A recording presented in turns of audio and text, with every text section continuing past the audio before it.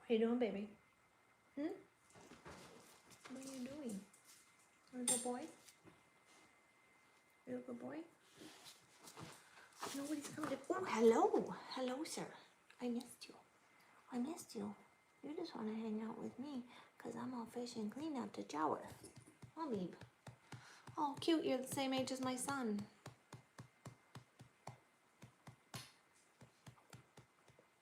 There's nothing up there for you, mister.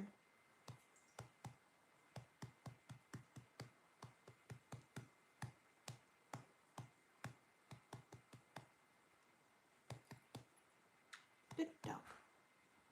Who's that? Who's that? Go see who it is. Go on, go see. Oh, my boy. Apparently nobody's on YouTube today.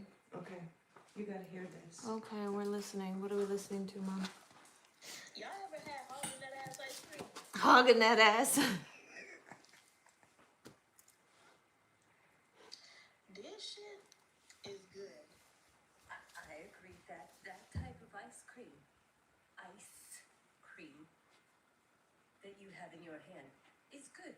They have lots of good products, but what'd you call it again? Like, hogging that ass. Hogging that ass. I didn't even know what the definition of Hello, hello. that would be. How are you? I'm trying to picture it in my head.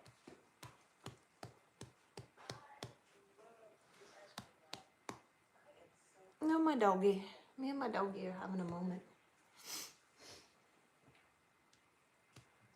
Oh, hello from Greece. Well, hello, hello.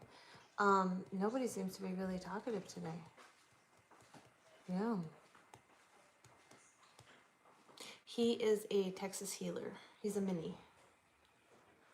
Bubby, sit down. Sit. Your turn. Do people want to see you? Oh, do people want to see you? Say hello, people. You're a good boy. You're a good boy. You're a good boy. Okay, get down.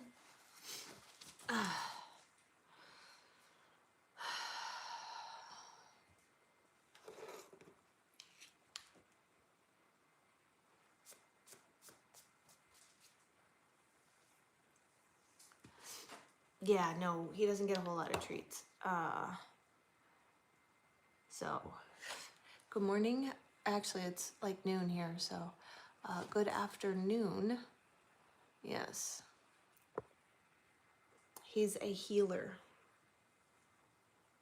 Aren't you? Aren't you a healer? He loves them cows. Ooh, okay, let me tell you.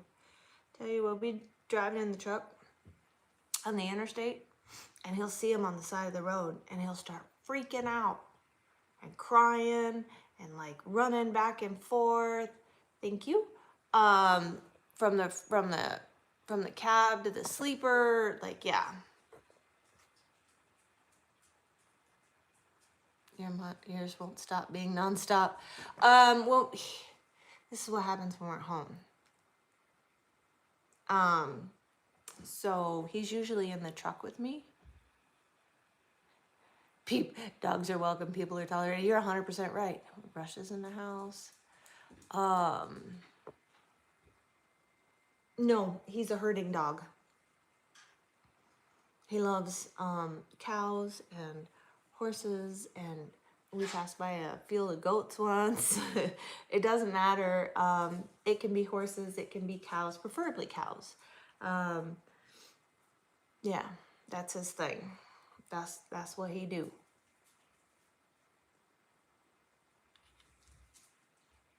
The prey drive is strong. Shit, we had a chicken hauler pass us once on the highway, And I had to hold on to him. I was in the passenger seat. I had to hold on to him. He was ready to jump out the truck after that damn chicken hauler truck. I tell you what, the prey drive is strong with this one. So,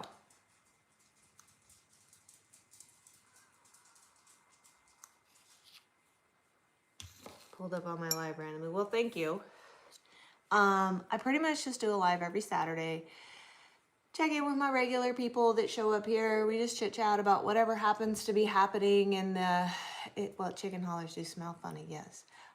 Whatever happens to be happening in life. The topic just varies and changes depending on the way that the conversation goes. No, I cannot, because you know what? I'm not a sex worker.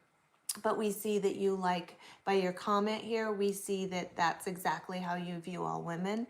And that is the lowest level of standard that you're willing to give women.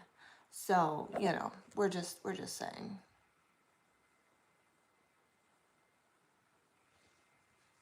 I do. I have 3 children. I have 3 adult children. They are 30, 26, and 21.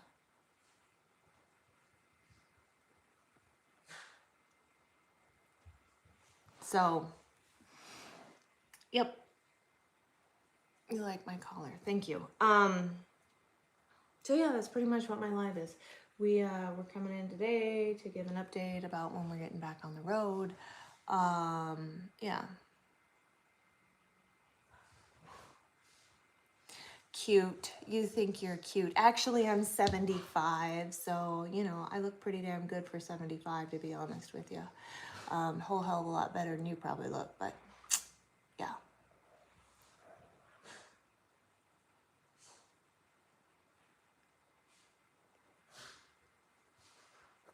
Yes, I drive truck.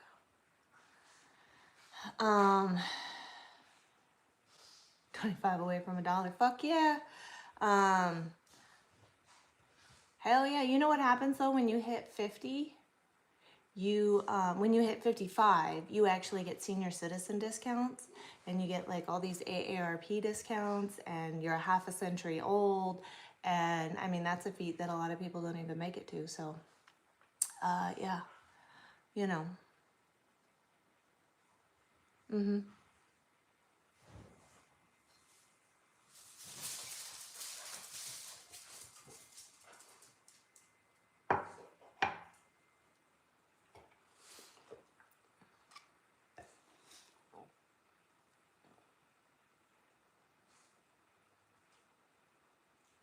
An 85 W9. I have a 2003 379, and I have done sand hauling. Yeah.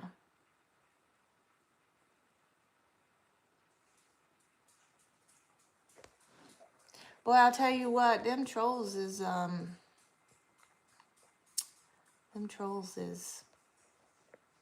they're thick today.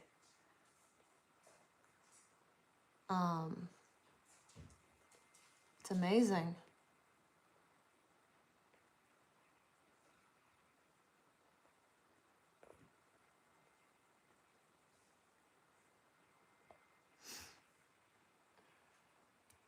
Well, hello, good afternoon. Happy Saturday. Yeah, they are crazy.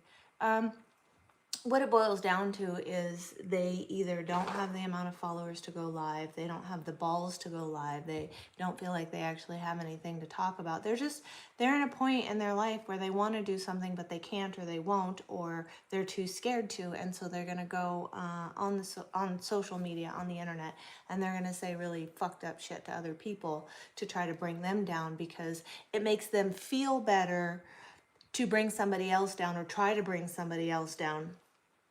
Because then they don't really have to pay attention to what it is that they, what it is that they're lacking in their life. That's really what that boils down to.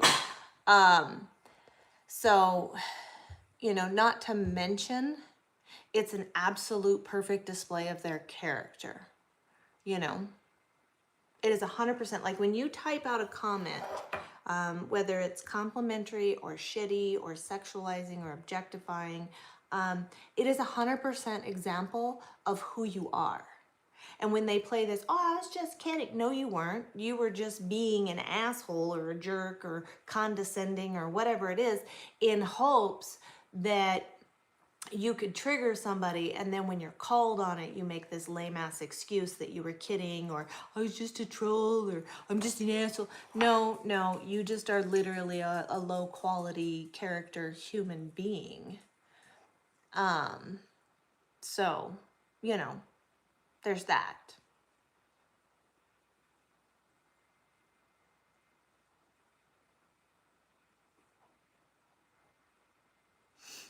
So, yeah. I mean, it is what it is.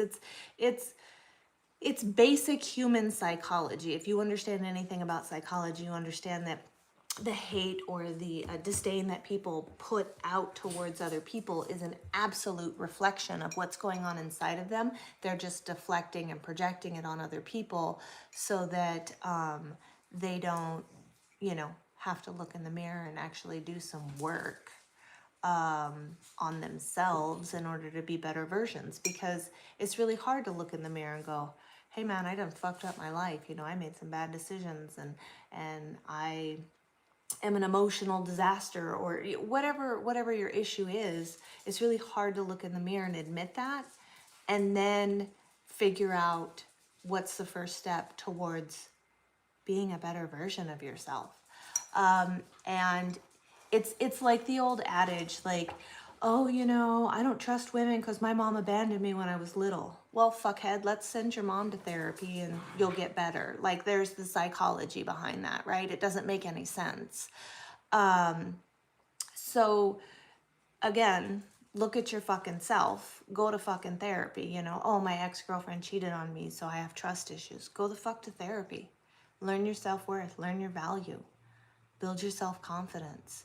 And then you will not force the people who are currently in your life to be punished for the incidents in your past. So,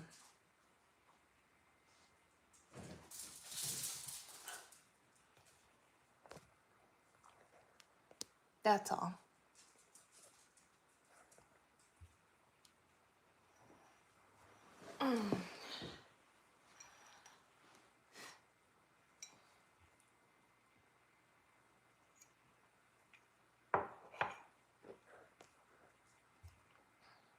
Oh, I can't believe none of my regulars are here today.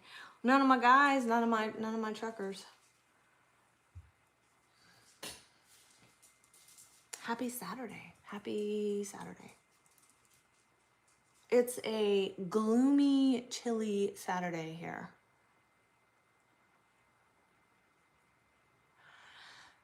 No, I'm not gonna make it to the Arnold Classic. That's in March, isn't it?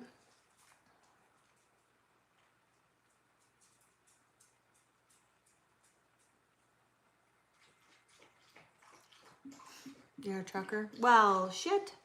Most of the people who come in here on Saturdays are truck drivers.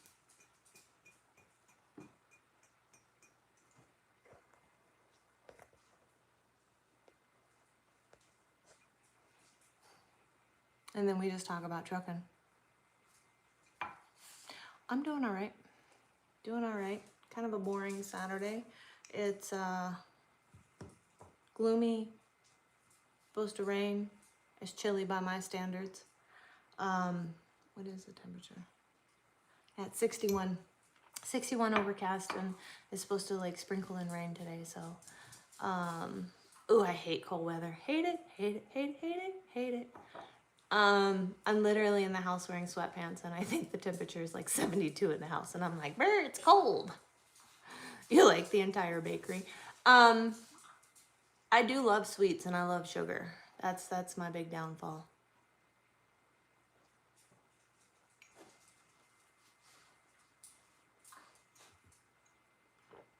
Did they take away EBT, like food stamps, from people or something? I don't know what that means. I don't really follow that stuff.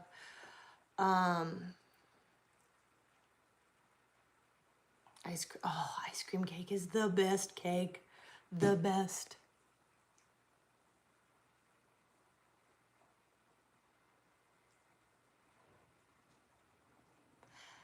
Oh, you're so cute. You don't even understand what my sleeves are, so that's why you make such an uneducated comment about my tattoos.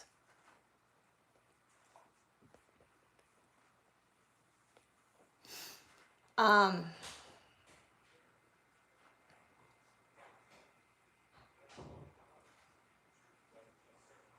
yeah, people are rude. They are literally on a mission to ruin other people's days because they're so unhappy.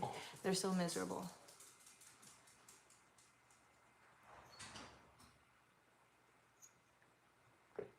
White cake? I mean, I guess.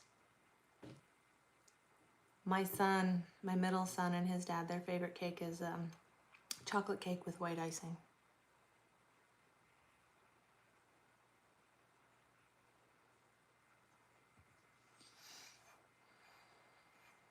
I like ice cream cake, I'm telling you. I don't know if it's so much that they seek attention as it is that, well, we all know the old adage, misery loves company, carrot cake.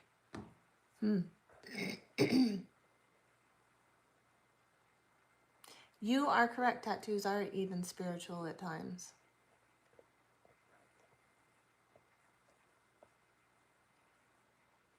Red velvet cake. Pumpkin pie, that's not cake, silly. You know you can make pumpkin cake. German chocolate. That's yummy too. I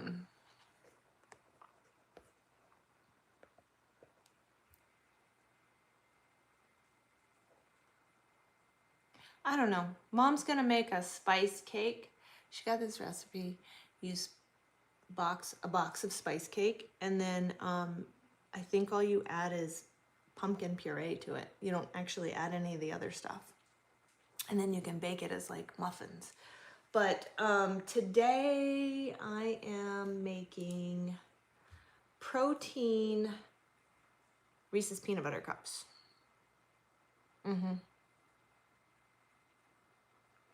I am making protein Reese's peanut butter cups, and I have these. Yeah, dang it! I have these cute little molds. Because I love Christmas, so yeah. I had somebody I made a strawberry cake once a long, long time ago. Yeah.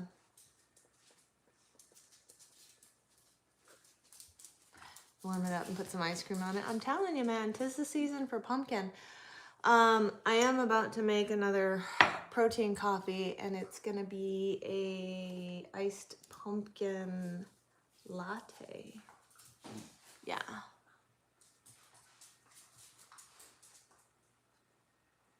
Candy cake.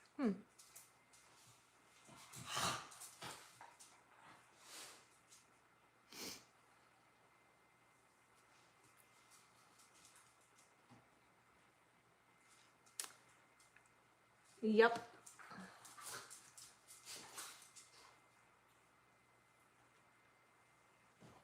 I think everybody's first love was when they were really, really young, and it wasn't even really love. It was just infatuation for whatever reason.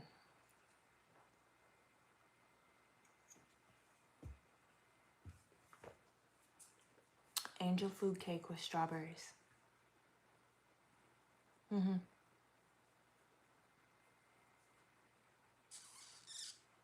Yep. Puppy love.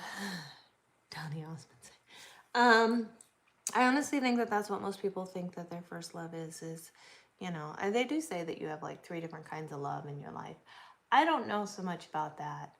I have cared very deeply for a few people. What about a red velvet cheesecake? Oh, yummy. But looking back, it's really hard to say, you know?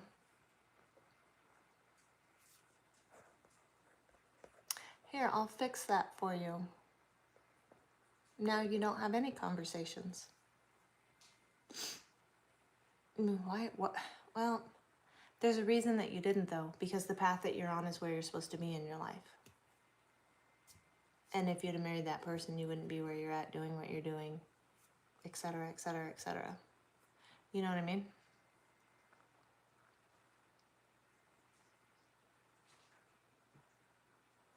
So, I mean, that's just kind of how I view all that. Ice cream cake, 100%. 100%. With a brownie crust. Oh, I actually make a homemade cheesecake.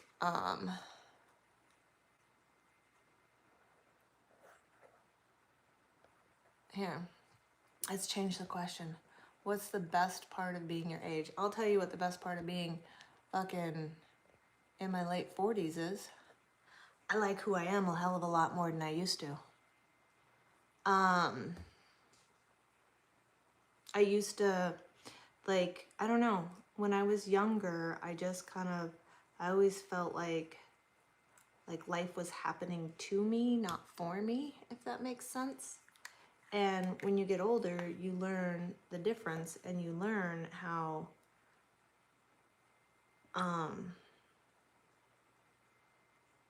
everything brings you to where you're at in your life, you know?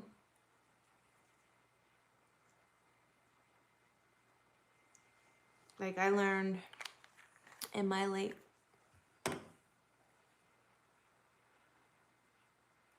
not caring about having perfect looks and a perfect body is nice. I mean, well, here's the thing. When you get older, you start focusing on life more than you focus on yourself, if that makes sense. You stop being so superficial.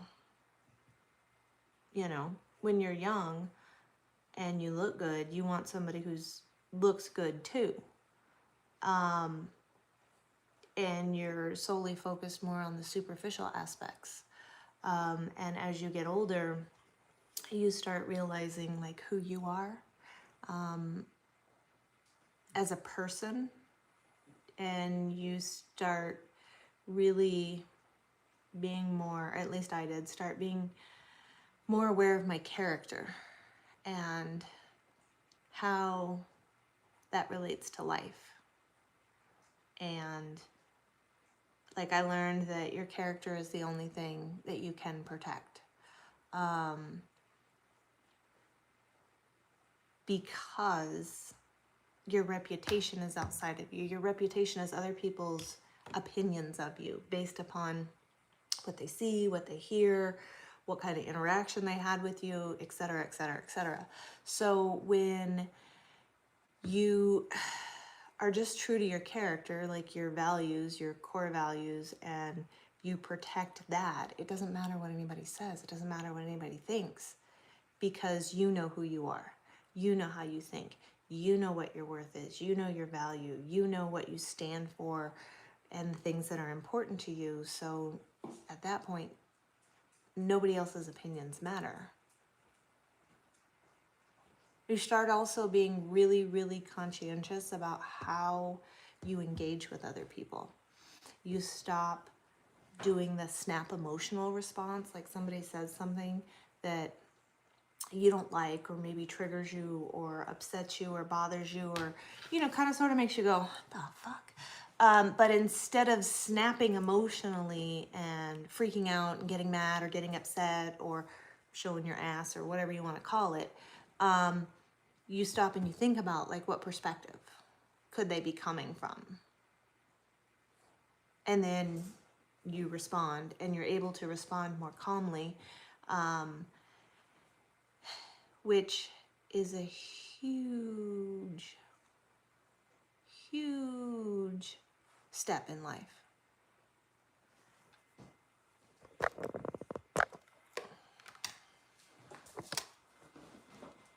I gotta make some coffee.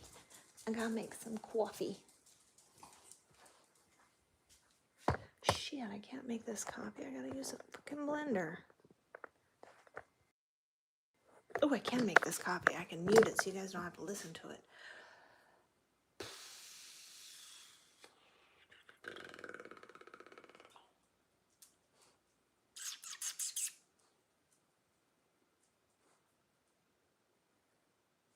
I'm thinking. I don't have a dad. I'm a reptile. I crawled out from under a rock.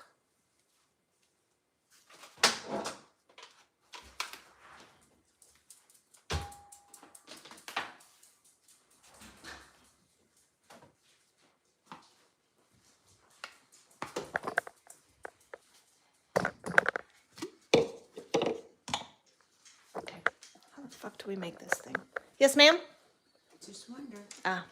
Yeah, none of the regulars are here. It's all people I don't think I've ever really had conversations with. It's been interesting. There's been a ton of trolls, Mom. Woo! Woo, I'm written space in all kinds of people's heads for free. They have nothing better to do. Mm-hmm. Their life is boring, so they have to aggravate other people. Uh-huh.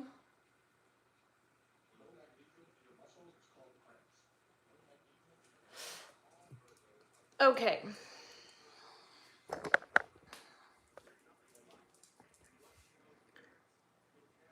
One cup.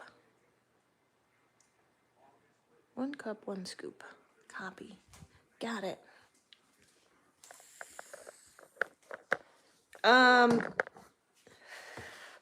Well, thank you for the compliment on the house.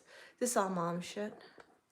Cause I'm an over-the-road truck driver, so I don't really have any household stuff other than the stuff in my bedroom, like my bed and my bean bags and stuff. So, yeah, it's all her stuff.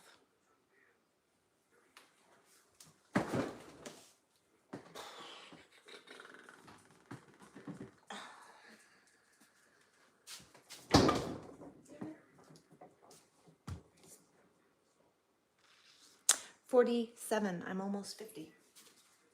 Excuse me, dogs. Excuse me. Oh, welcome. Welcome, Phil. So nice of you to join. I don't have a partner. By choice. We're gonna make an iced pumpkin latte.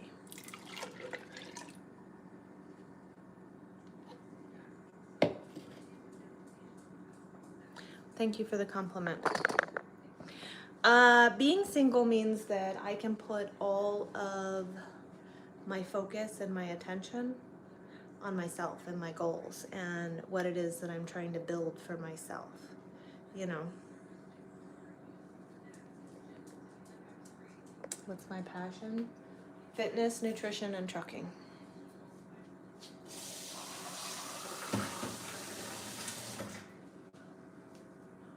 Just woke up. Copy that.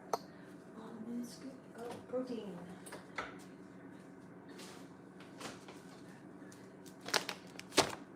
Yep.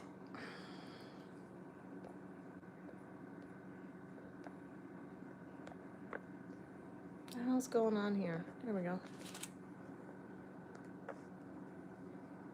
God dang it.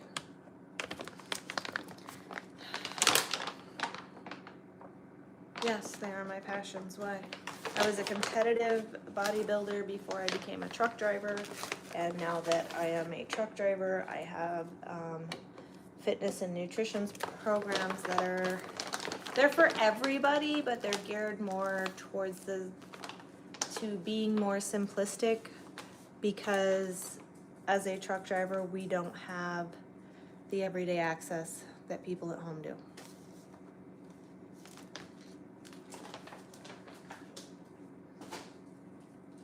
So, there's that. Ooh, we're gonna make a caramel.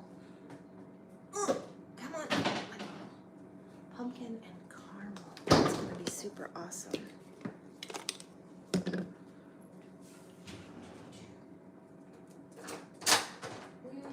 it is. Found it.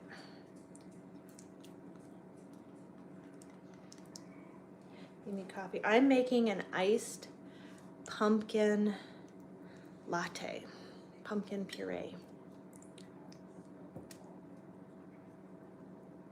Use the My Protein Impact Whey Protein.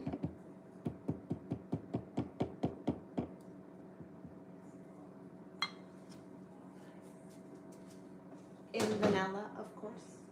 Caramel.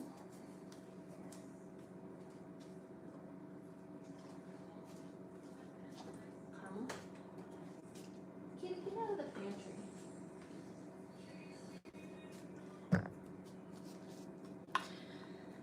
Oh, Phil, you're allowed to drink your coffee the way that you like.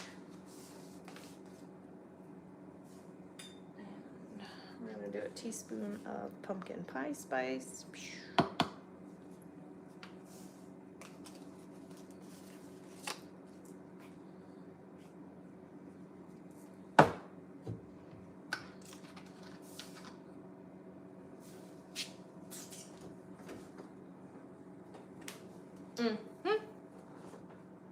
What's my work like? What do you mean, what's my work like? I don't understand the question. I'm a truck driver.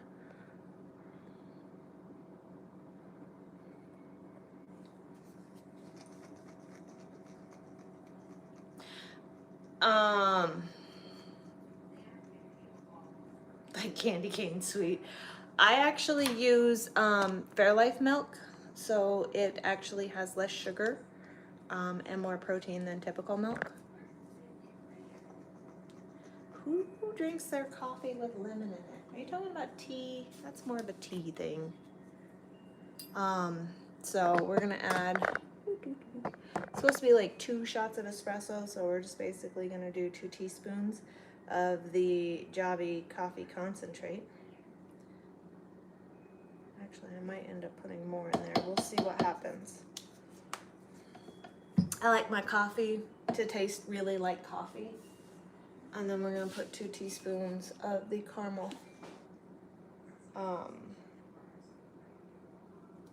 Yeah.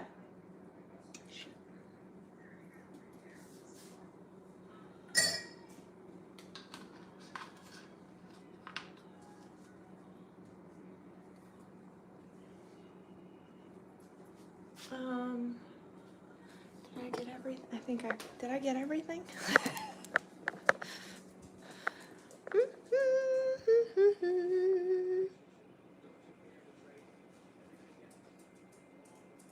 Pumpkin, protein, coffee, milk, coffee. We got it all. We got it all. She's sitting on the couch watching TikToks. Because that's what she does. You are correct. Everybody is entitled to their opinion. 100%. Doesn't look like a very big coffee to me. Phil said hi. She's not listening to me. Hang on, we're gonna have to mute this.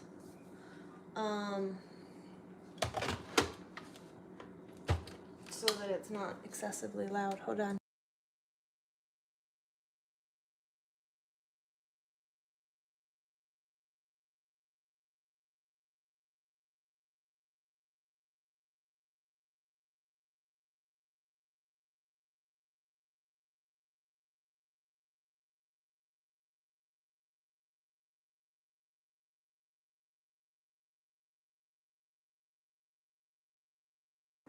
Wrong button. Okay.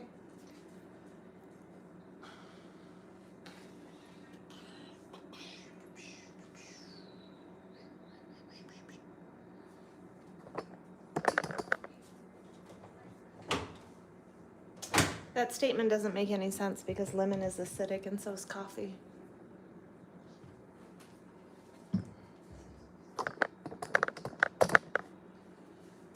I need ice.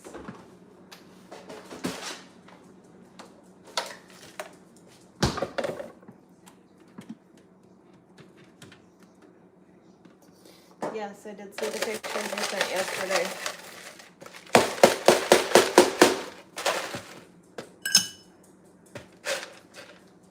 Do you see my dog? He's waiting for ice. Come here, Bubba.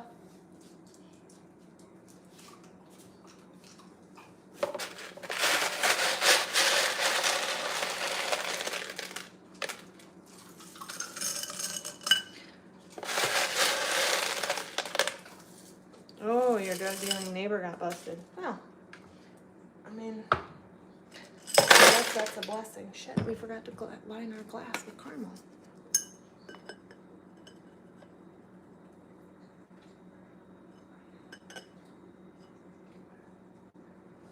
Sugar-free caramel sauce. Just like that.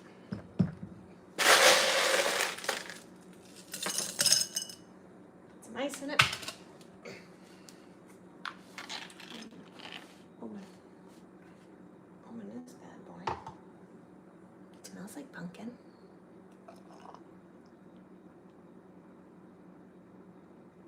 Ta-da. Yummy.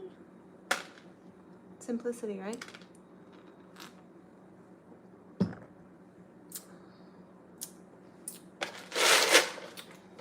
That's really fucking good. Ooh, that's exciting. I love that. That's my new fall drink.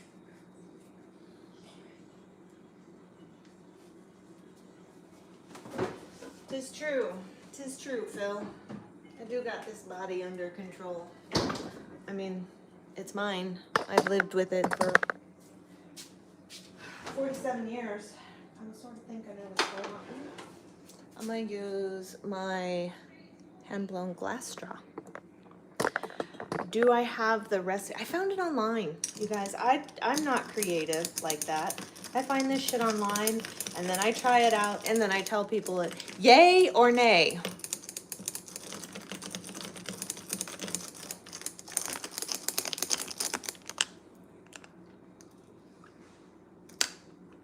So, I mean, I can tell you what the recipe is. I found it online. I can tell you exactly what it is.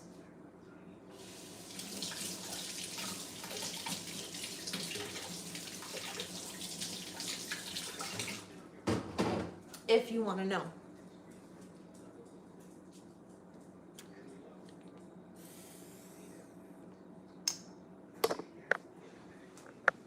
I just added caramel to mine because I wanted a caramel pumpkin latte. Would you like to try my caramel pumpkin latte, Mom? It's made with real pumpkin puree. When a female cat chooses you, it feels like a blessing from the gods. They're loyal, intelligent, and often more in tune with their environment. And yes, Not bad. I got a not bad. I'm just picky. I know you are. So.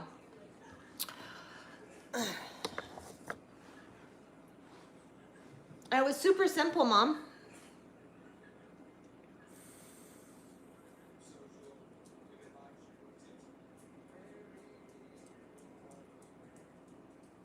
No, I don't have any daughters. I have 3 sons. And no daughters. Thankfully. Thankfully.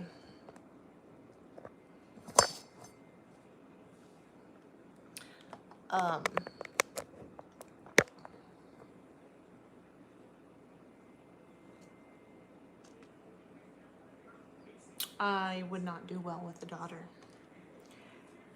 I mean, my sons were saints compared to me.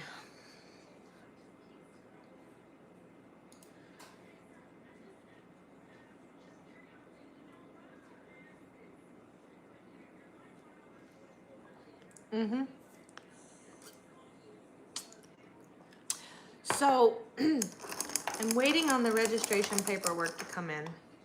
I might either be headed out to Sanders, Arizona, or out to Louisiana. That is the trucking update.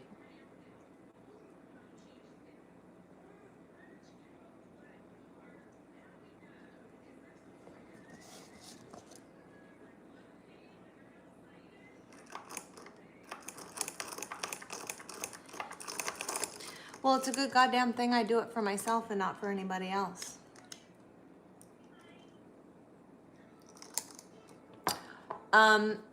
It's Sanders, Arizona. It's right across the Arizona-New Mexico border. It's literally right across the border of New Mexico. It's north, not anywhere close.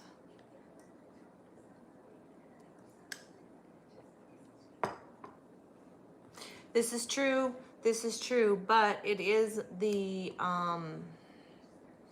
more northern Arizona, you know, like they get snow. I'm not real sure.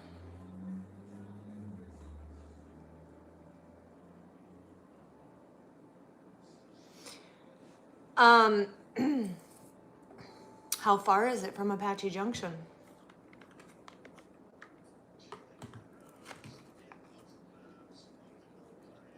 I've never been to Sanders. I do know that the pay is pretty damn good.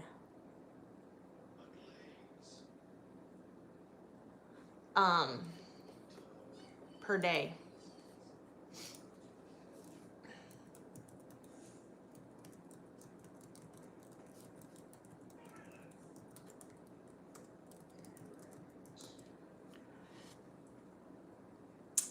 According to the old Google, it is a 4-hour drive, 225 miles. Yeah. So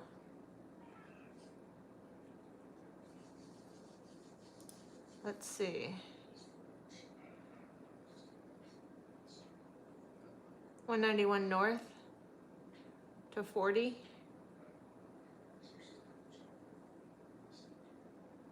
to head out towards Show Low.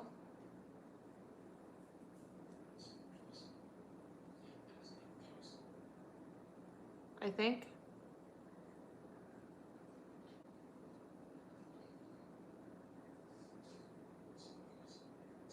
Oh my God, it's a bunch of lefts and rights.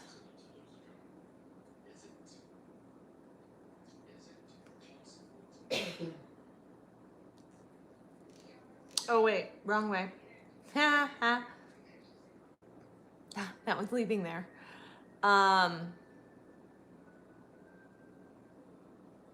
So take US 80.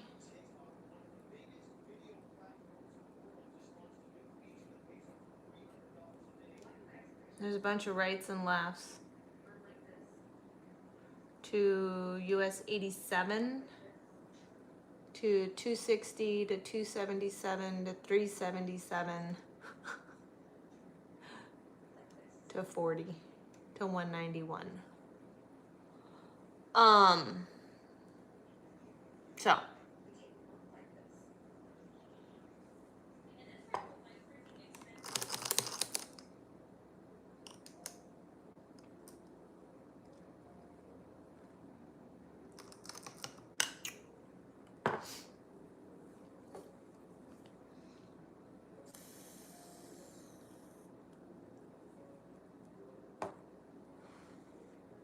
I don't know, there's other routes.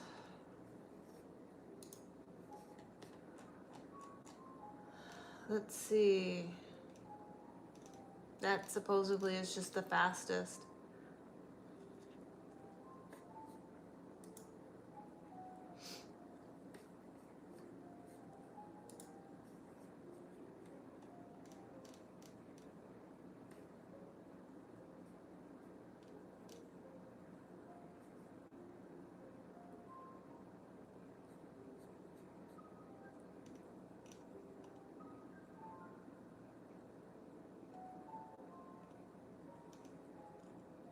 What's up? I really have to go out past Saguaro. I used to go to Saguaro all the time. I don't think you want to take a truck out that route though. In all honesty. I mean, we used to go to Saguaro. And that is definitely...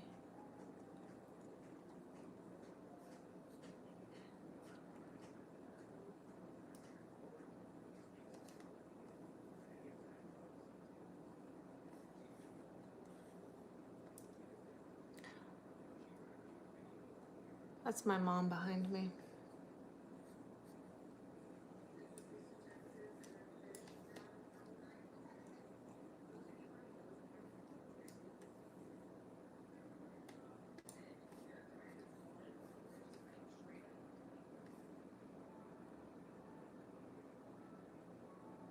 Yeah, I know you do.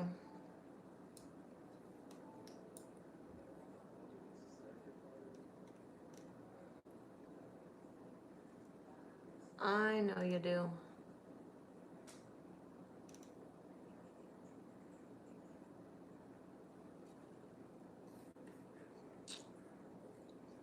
We used to come out past Tortilla Flats.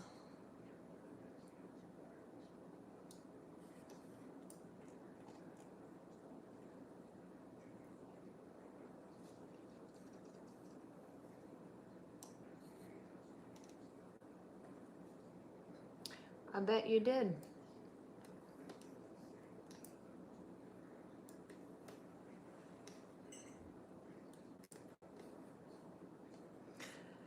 Yeah, on this route you go out past Payson.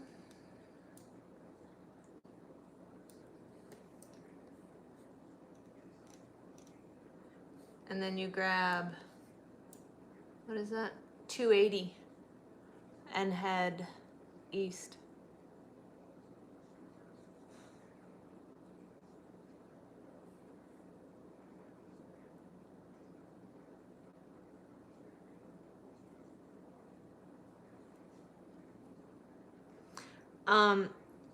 Yeah, my mom's hair is lighter than mine. My hair, believe it or not, my hair actually used to be blonde. It's just gotten darker as I've gotten older.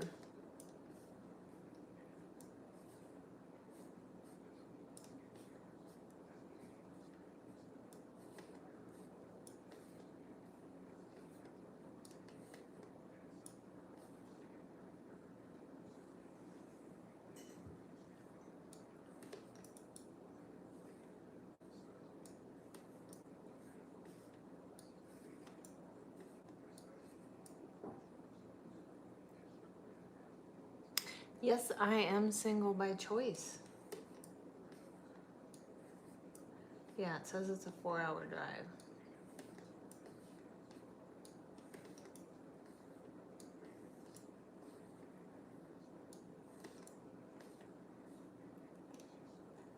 There ain't shit out there.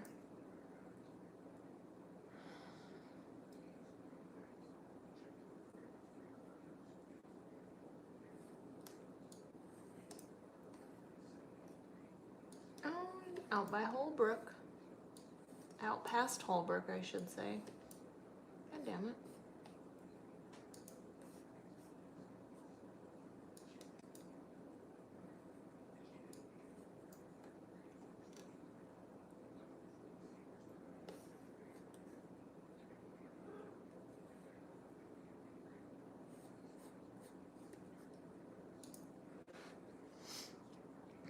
Not a whole lot going on today, huh? Nobody's real active.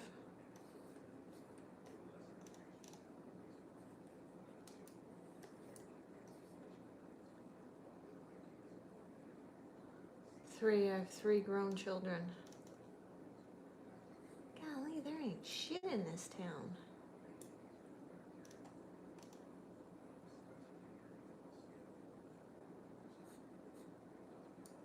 This town don't even have a downtown. What the fuck?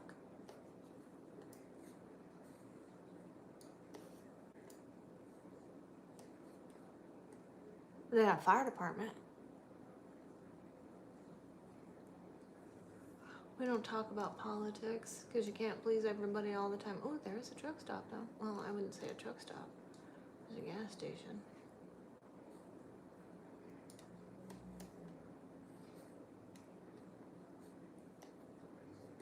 Oh, it's not even. Oh, Jesus.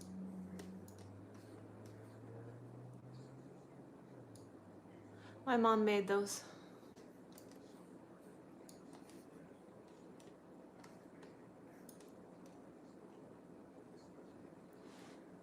My mom made those mason jars.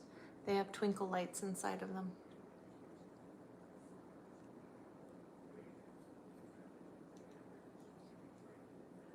I'm just looking at this little tiny town where I'm going to potentially be working. I'm looking at them online. Oh, there's a Dollar General. Post office. Speedway gas station.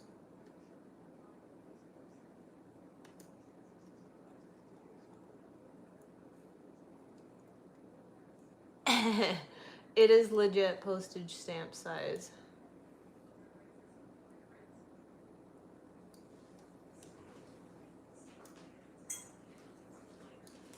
Alright, shit. Ooh, a pink Christmas tree. Yeah. Yeah. Unicorns all over. There's a Dollar General everywhere. I know. I know. They actually put Dollar Generals in these little tiny towns. That don't have grocery stores, or even if they only have like a mom and pop type grocery store, they put in a Dollar General. And what happens is it ends up pushing the mom and pop company out of business. There is a Dollar General store in every little town that is like a high poverty town, just in case nobody knew.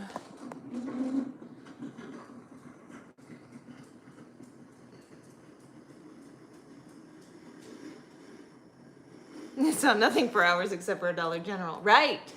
That's what I'm talking about. I mean, it's kind of nice. I'm not going to lie, because you can pop in there. As a truck driver, you can hop in and you can grab some, like, pantry essentials, you know?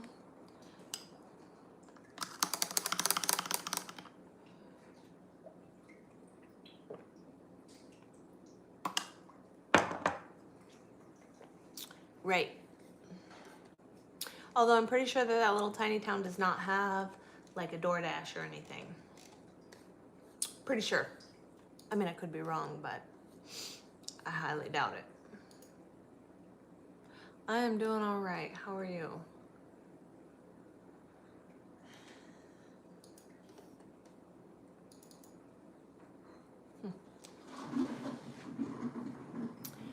They show one price and it brings up another price. Uh-huh. Uh-huh.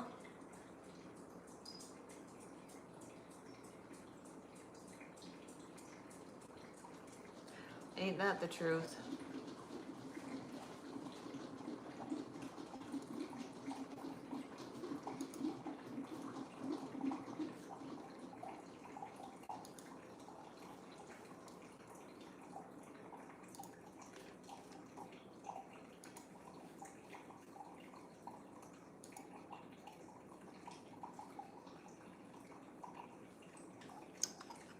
How is James?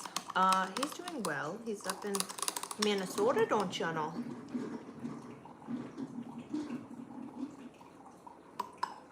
I moved in August. I moved all my stuff to Texas in August. I mean, I've been living here since before that, but I finally got up there to get all my stuff and move it here. So Schmegley is still there. James is still there.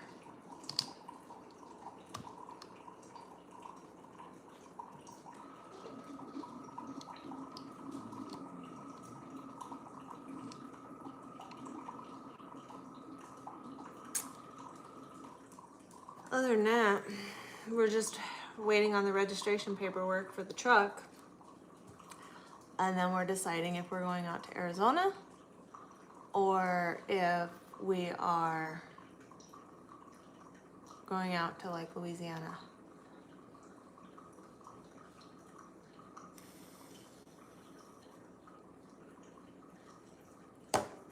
That is an old school picture. That right there? Yeah, that is my great grandmother's curio cabinet. My grandmother's curio cabinet, sorry. Yeah, Mom got that when Grandma passed. It's got some of Grandma's old collectibles in there as well.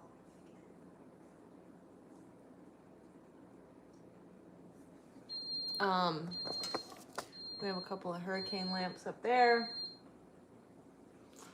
Yeah. Fuck no, I wouldn't team drive. Hell no, I don't want anybody in my truck. Certainly not a fucking man. Hell no. Y'all fucking be messy and sloppy and dirty and fucking just drive like garbage.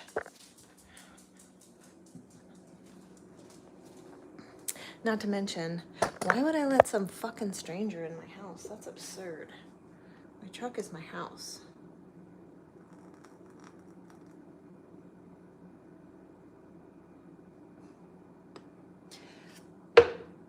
Right there.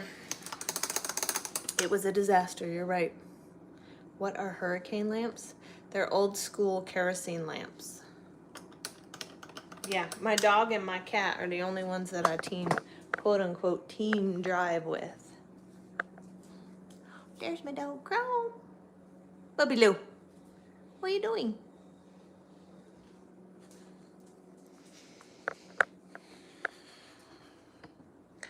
Oh, Mom's in the craft room crafting, you guys. I wonder what she's crafting. My mom, I jokingly call her the hobby hoe because she can make all kinds of shit.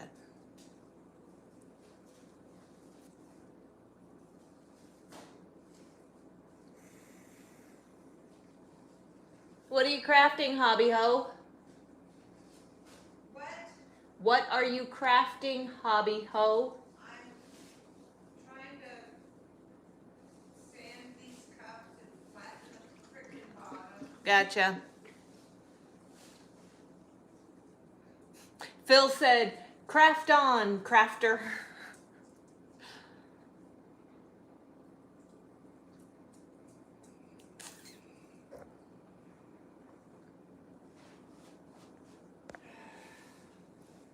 I am on live every Saturday at noon.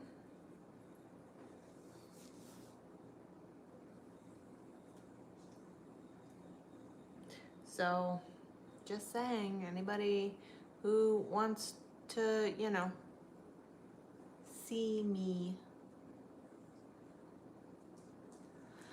Well, hello, Ron. So nice of you to wake up. 11. Oh, Ron! Ron, I just made a caramel pumpkin protein latte and it's fucking phenomenal.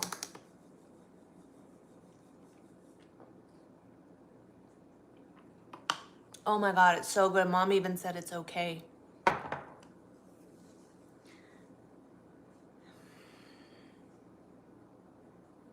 Looks like Alanis Morissette. No, her hair was straight. Mine's frizzy and wavy. I just washed it, so we're waiting for it to dry so we can straighten it. Yes, it's super duper simple. I used my caramel Jabi and I used my sugar-free caramel flavoring, and I used the sugar-free caramel sauce on the inside of the glass. Yeah, milk, protein, and pumpkin puree.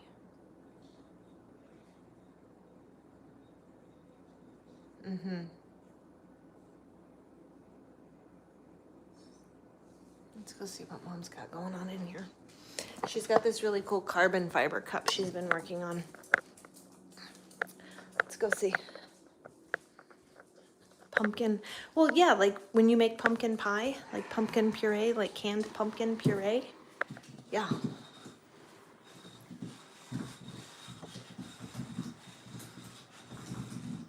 Well, that looks like a pain in the dick. It is. She's sanding down the bottoms so they sit level.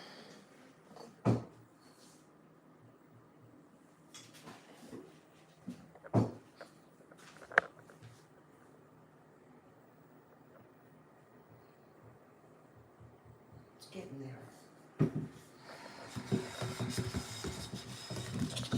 She has to make a figure 8, I guess, in order to whatever. That looks like a pain in the dick for sure.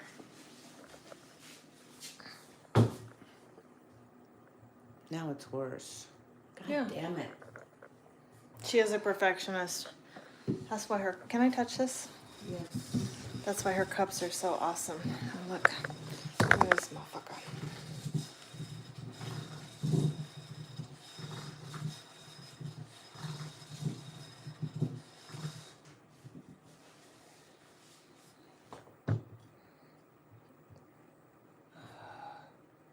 It is high quality work. You are correct.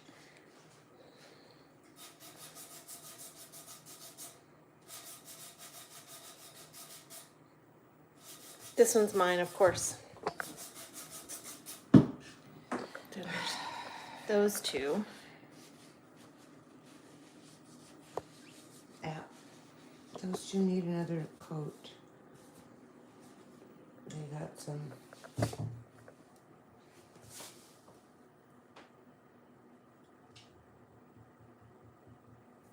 See, it shouldn't move like that one.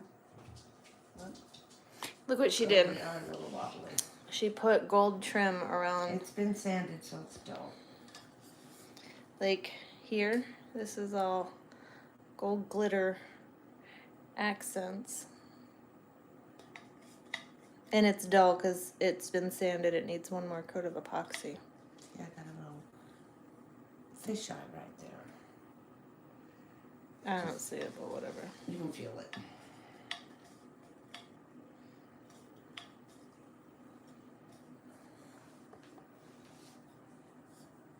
Needs one more coat of epoxy and then it's done. Hopefully.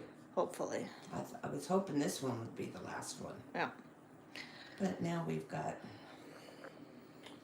dimples.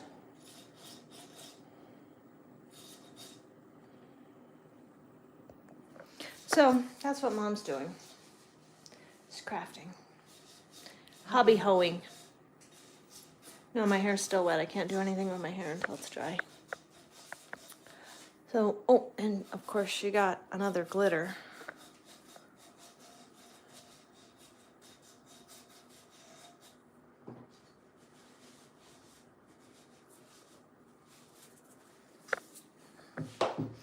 And she got these really cool pigment See? flakes that are like color shift.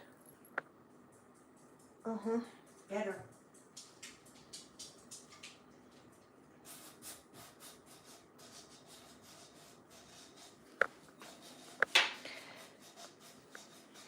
No Oh my wonder- God, look, Sylvester Stallone is on the cover of AARP, guys. Oh. Yeah. Yep. Look at that wobbly.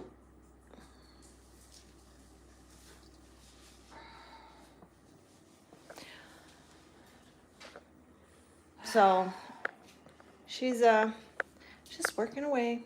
Yours is a little bit wobbly. Well, No, it's not.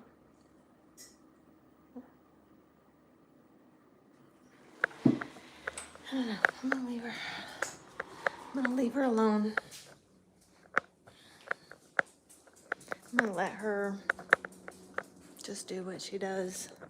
And yes, Ron, I will make a video of the pumpkin protein latte. You just don't want to blend it too long because then see you get a lot of foam.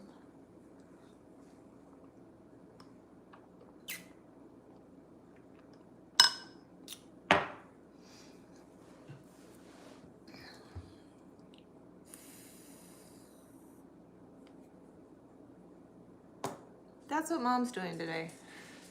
She's crafting. I gotta make a at home / in the truck shoulder workout video with bands because I need to make another in the truck. No, I'm doing it at home today because we're doing a resistance band workout. It depends on what I have going on, whether I go to the gym or I work out at home. If I work out at home, then I take and I make an at-home workout video, like a little short compilation video for socials, and then I use the long form video for my clients. In case nobody knows, I have a food and activity program available The link is in my bio. Anyways, it's like a multi-tiered program. It's designed mostly for truck drivers. It's for anyone, but it's mostly designed for truck drivers because we are so limited on our ability. Nobody's gonna help you go get a fucking job. It's designed because our ability to have access to healthy foods is limited unless we're doing, unless you're home once a week or whatever, or you're doing grocery deliveries. So there are options and alternatives in order to work with those. And then as far as activity and or fitness, again, we don't have access to gyms. So you're gonna eat a lot of junk food on the road. Let's see. How do I can't type, can I? I can't type. Shit. Ron.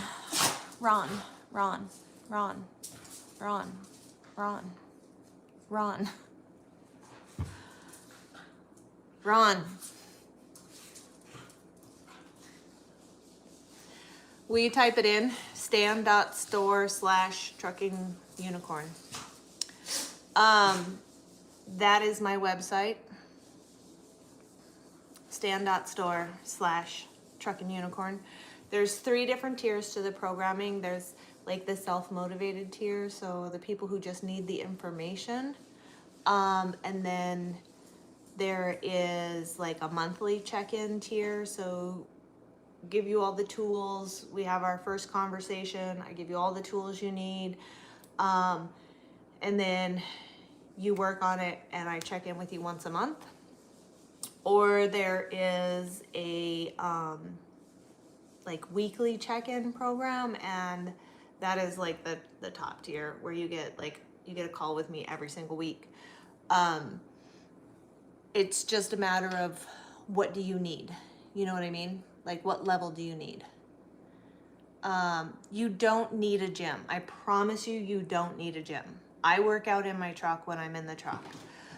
There's plenty of workouts that you can do with resistance bands. If you want to carry a couple of weights in your truck, not hyphen, stan.store.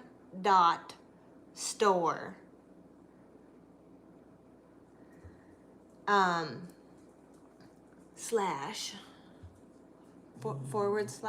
I think, trucking unicorn. You can work out with bands in your truck. You can have 1 or 2 weights in your truck. Like I have a 35-pound kettlebell and I have 25-pound dumbbells. And you can get a decent workout in that way. It's a matter of understanding. Yes, that's it right there. Right there. Right there. There, I pinned it. There's my website for anybody who needs to know. Just click on it. It's pinned right there. My activity program goes over different reps, different sets, why you do different reps, different sets for different types of fitness, muscle gains, maintenance, volume, mass. Like it goes over all of that. It is good to kind of mix it up and do different rep ranges in your workout. But if, let's say, you're out for 4 weeks at a time and then you go home and you have access to a gym for 2 or 3 days, you see what I'm saying? There's that option. There are gyms that you can get into with a truck. It's just, it takes a lot more planning in your day in order to be able to do that. Not everybody has that kind of freedom. I know guys that run oversized, so that's not an option for them. I know guys that,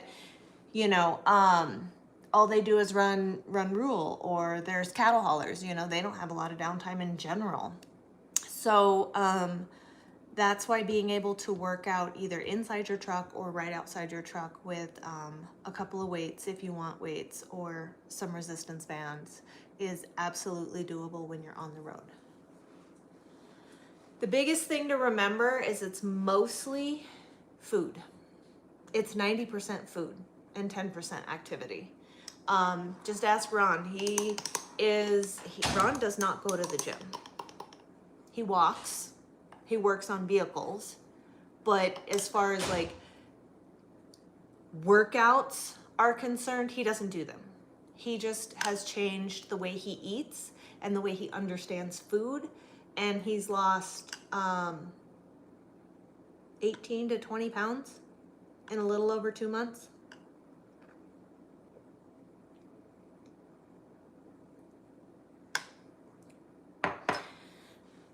I have learned that the biggest problem that people have is they think that all they're going to be able to eat is chicken and rice and vegetables, or they're not going to be able to have anything that they like.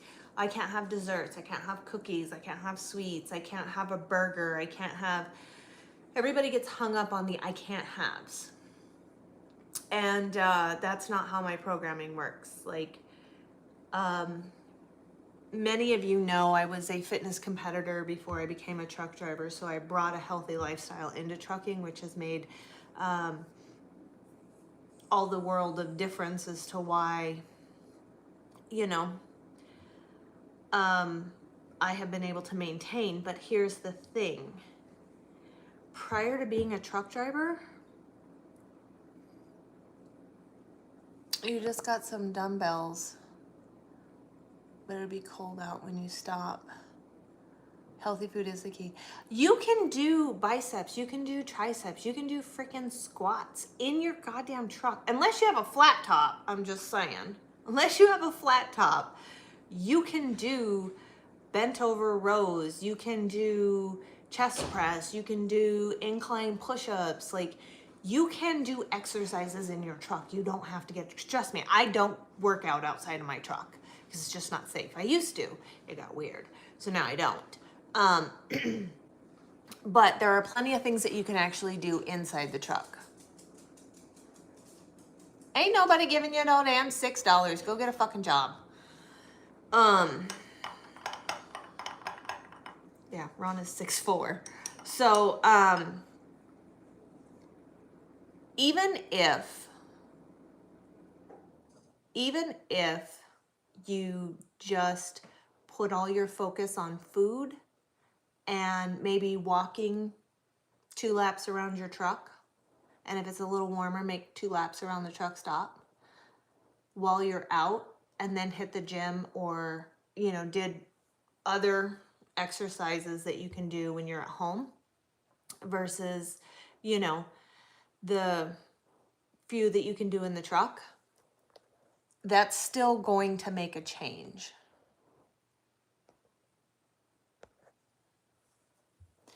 So your biggest key is food. It's what you eat and how you eat.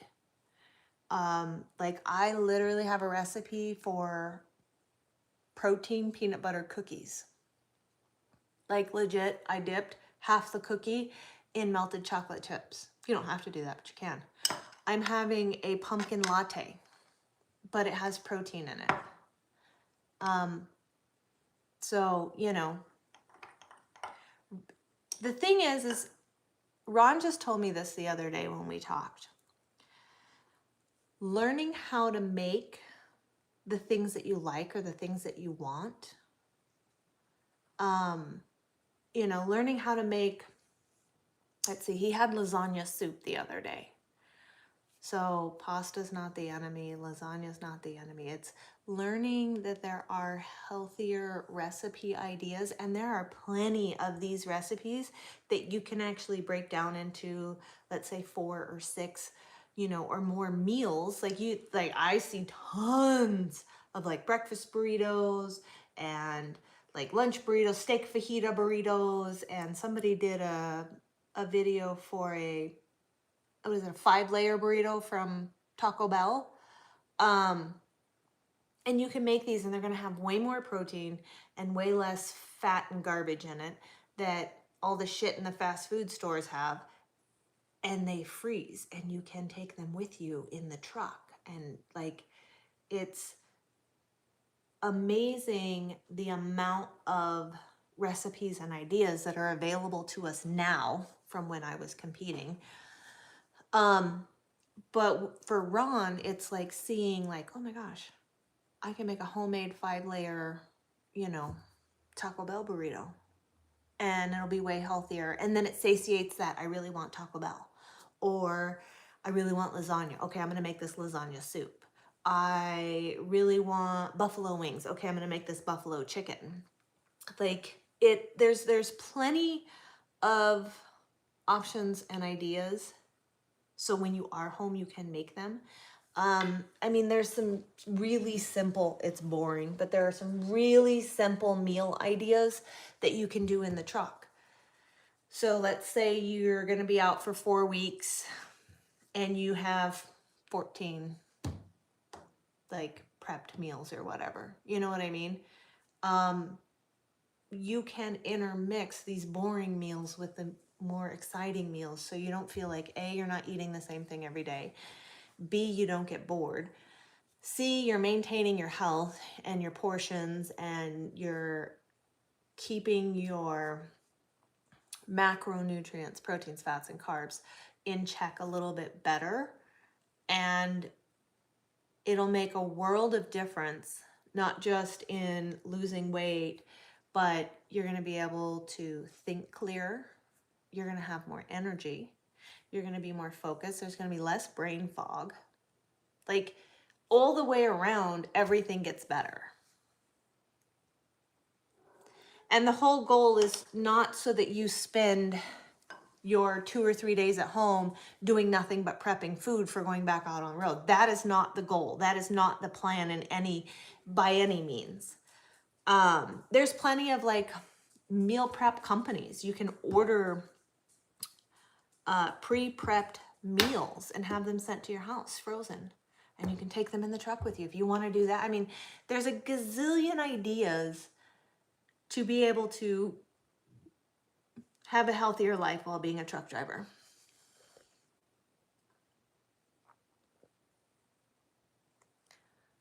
Frying bologna.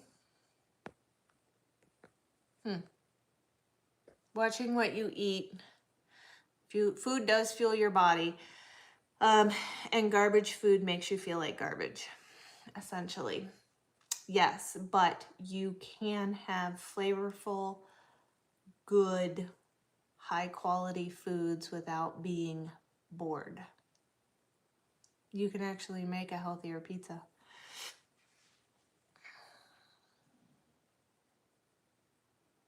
You ain't blocking nobody.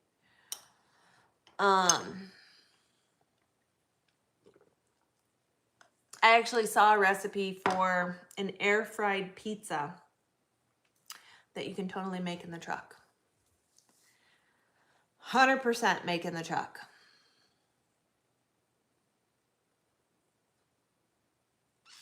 And if you could make it in the truck, why the fuck wouldn't you? I carry an air fryer in my truck. I carry a coffee maker and a tiny little portable blender.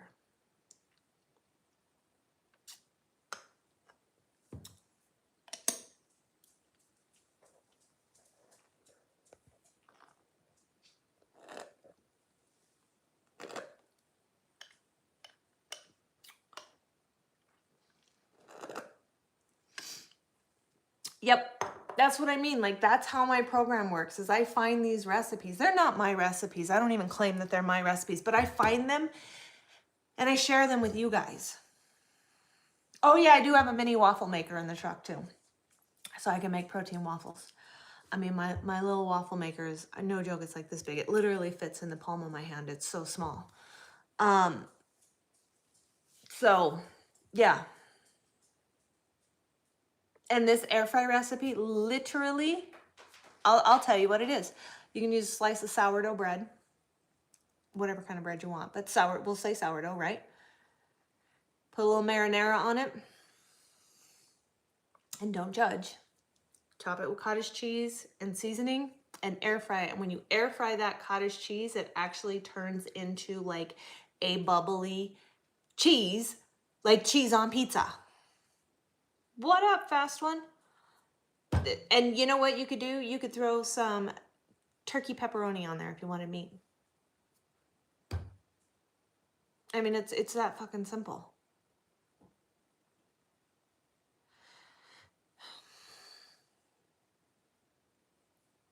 But what's up, TJ? The thing is, you know, if you're somebody who just needs the tools and the information, then you can go with the basic plan. I think a basic plan is like $20. A one-time fee of $20, and you get all the information you need. And let's say 2 months down the road, you're like, I'm not sure if I'm doing this right or I'm feeling stuck. Then book a call with me. Book a fucking 45-minute call with me. I'll walk you through some shit. Like, it's that fucking simple. Ron started with a basic plan. That's it. Cutting wood. I've been trucking for 6 years. And it's taken me all 6 years to get to a point where I'm like, I feel like I have done this job in numerous different areas: dry van, flatbed, reefer, sand, you know, oil field. I've done enough versions of trucking that I'm comfortable creating a program and being able to help people. There are no cheat days. Food is not a reward unless you're a fucking dog. Are you a dog? Are you a dog? Like, you sit, you stay, you come. Like, are you dependent upon somebody taking care of you?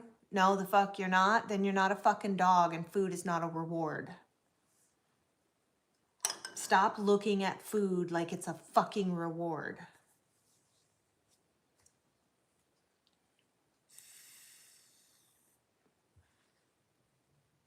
The majority of the population is actually emotional eaters. And they just don't even realize it.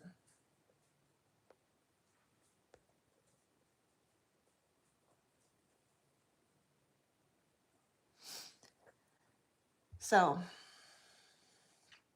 Bow Wow. Shut the fuck up, TJ.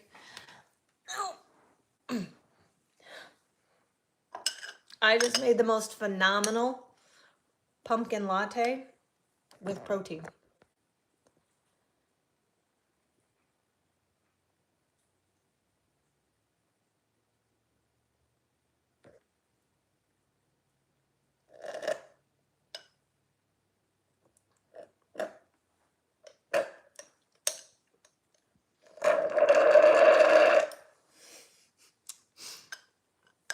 The only downfall is, like, I totally want to make another one because they're so good.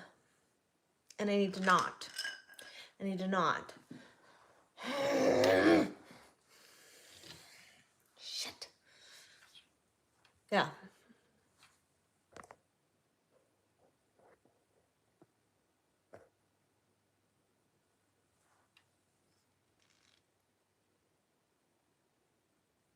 Whatever, fast one.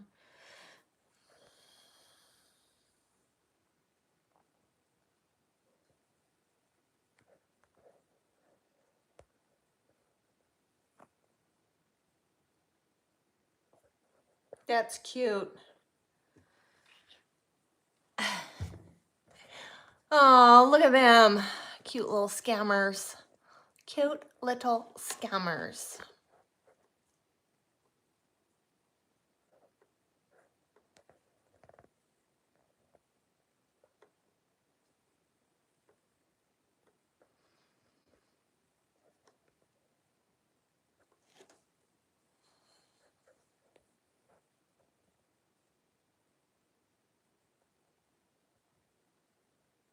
Just got a generator hooked to your trailer.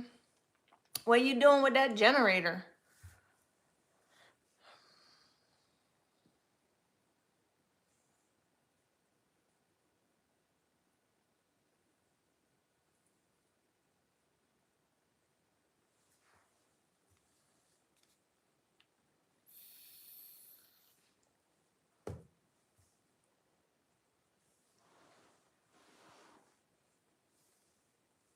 Did you guys all abandon me? I was on my live for probably like a half hour with nothing but trolls. Look at me, I survived.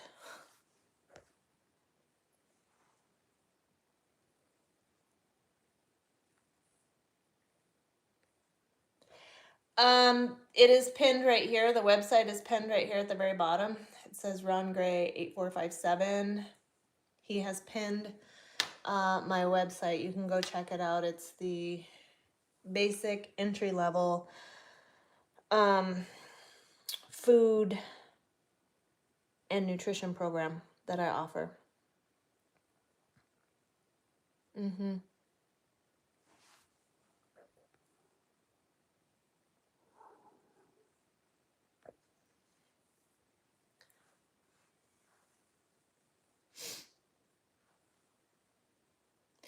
Yeah, how is everyone doing?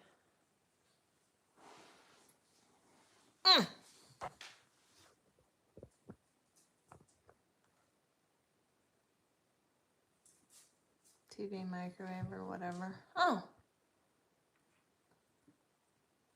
makes sense. Terabibble. Why are you Terabibble? I feel like I need a fucking nap. Where'd that come from? God damn. Getting on I-5 in Northern California. That sounds like you and Ron are close by. I mean, I don't really know because I don't actually know where he lives, but I don't go to California. I don't believe in going to California because it's a bunch of bullshit out there.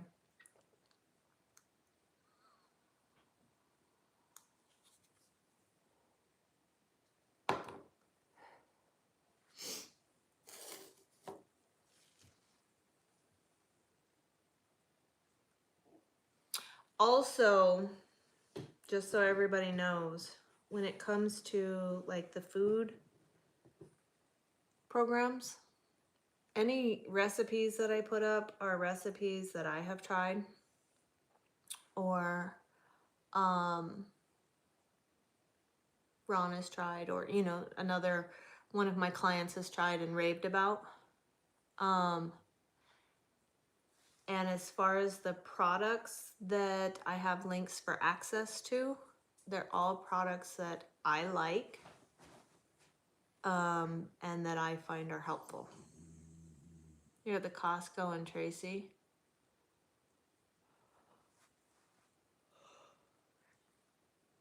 Are you inside or are you delivering there?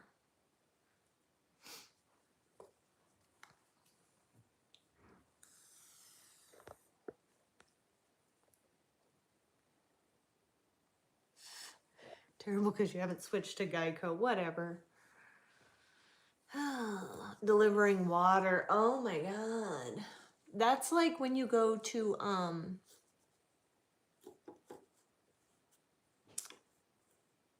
what the fuck was that store that I delivered to in North Carolina? Their DC Center. Good golly. I mean, it was a fucking 8-hour ordeal.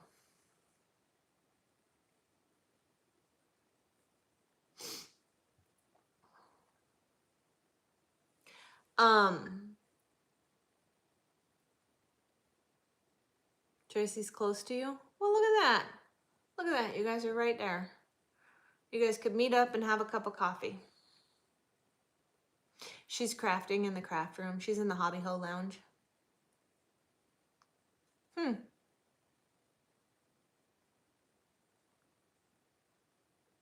I'll be. Yeah, no, I'm out here in Texas. Thanks. Mom's crafting in the Hobby Ho lounge. She's hobby hoeing in the Hobby Ho lounge.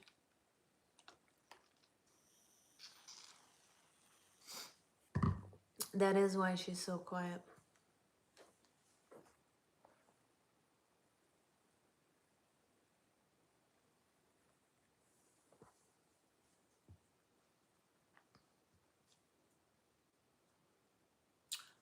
Doing weekend chores, huh? Costco DC is west side of town. Well, well, well. I wouldn't know that. Of course, Ron knows. Yup. Why am I so quiet? I don't know. I don't know. We're waiting on the registration paperwork to come back. We finally filed it. So we're waiting for temp IFTA and temp registration because I'm only going to be out to Thanksgiving. So I'll be able to get home and get my plates and go back out. Yeah.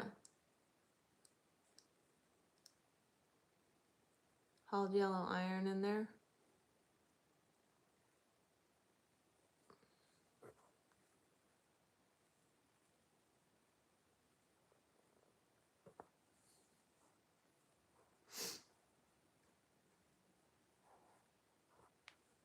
Right. I know what that was.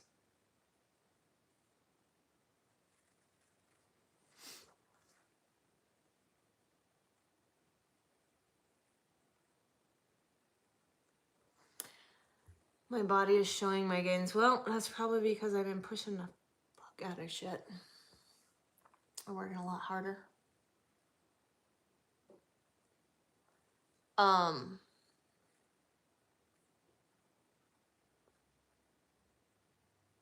I wouldn't say harder. I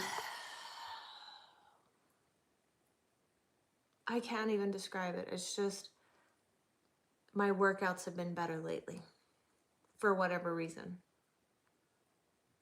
Like yesterday was glutes and hamstrings, and I literally was at a point where I'm like, if I don't leave now, I will be here for 3 hours. So my focus has been a lot better when I'm in the gym, and my results obviously show that. I am ready to get back in the truck. That's for fucking sure. 100%. It's fucking overcast and sprinkly. Oh my God, it's only 67 degrees. God damn.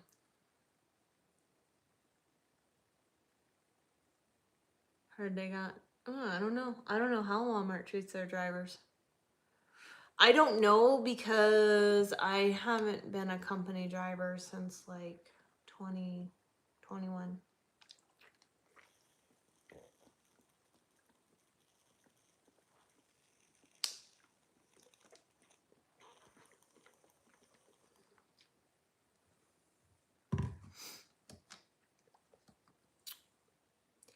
Yep. It's Cali weather. Ugh. I don't know.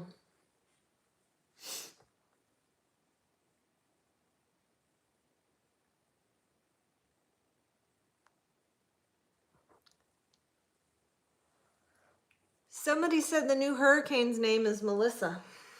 Imagine that. It's supposed to be a doozy. Yeah, it's overcast, like overcast and sprinkly. And we always have a breeze here in Lubbock, so I don't know. That's what Boo said. That's what Boo shit said. He said that the latest hurricane is called Melissa, and it's supposed to be one hell of a hurricane. And I said, you goddamn right I am.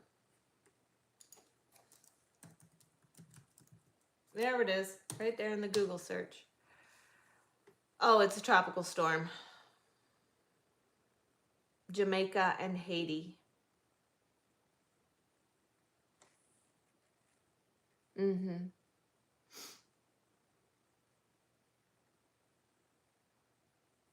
It's theme fucking trucking, right? Worse than a bull in a china shop. Whatever, you guys. Whatever. Yeah, it's just a tropical storm. Oh, hold on. Hold on.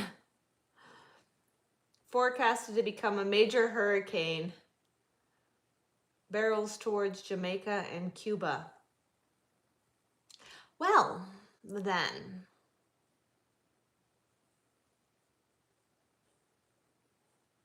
No, I'm turning into a hurricane and I'm barreling towards Jamaica and Cuba. Just saying. Just saying.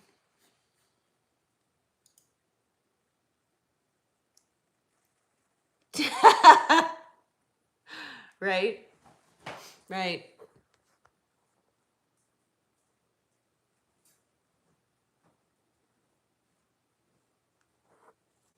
Yep.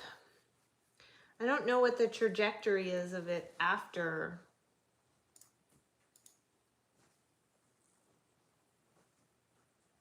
"51 states might get wiped out." Whatever. Whatever. Don't over exaggerate.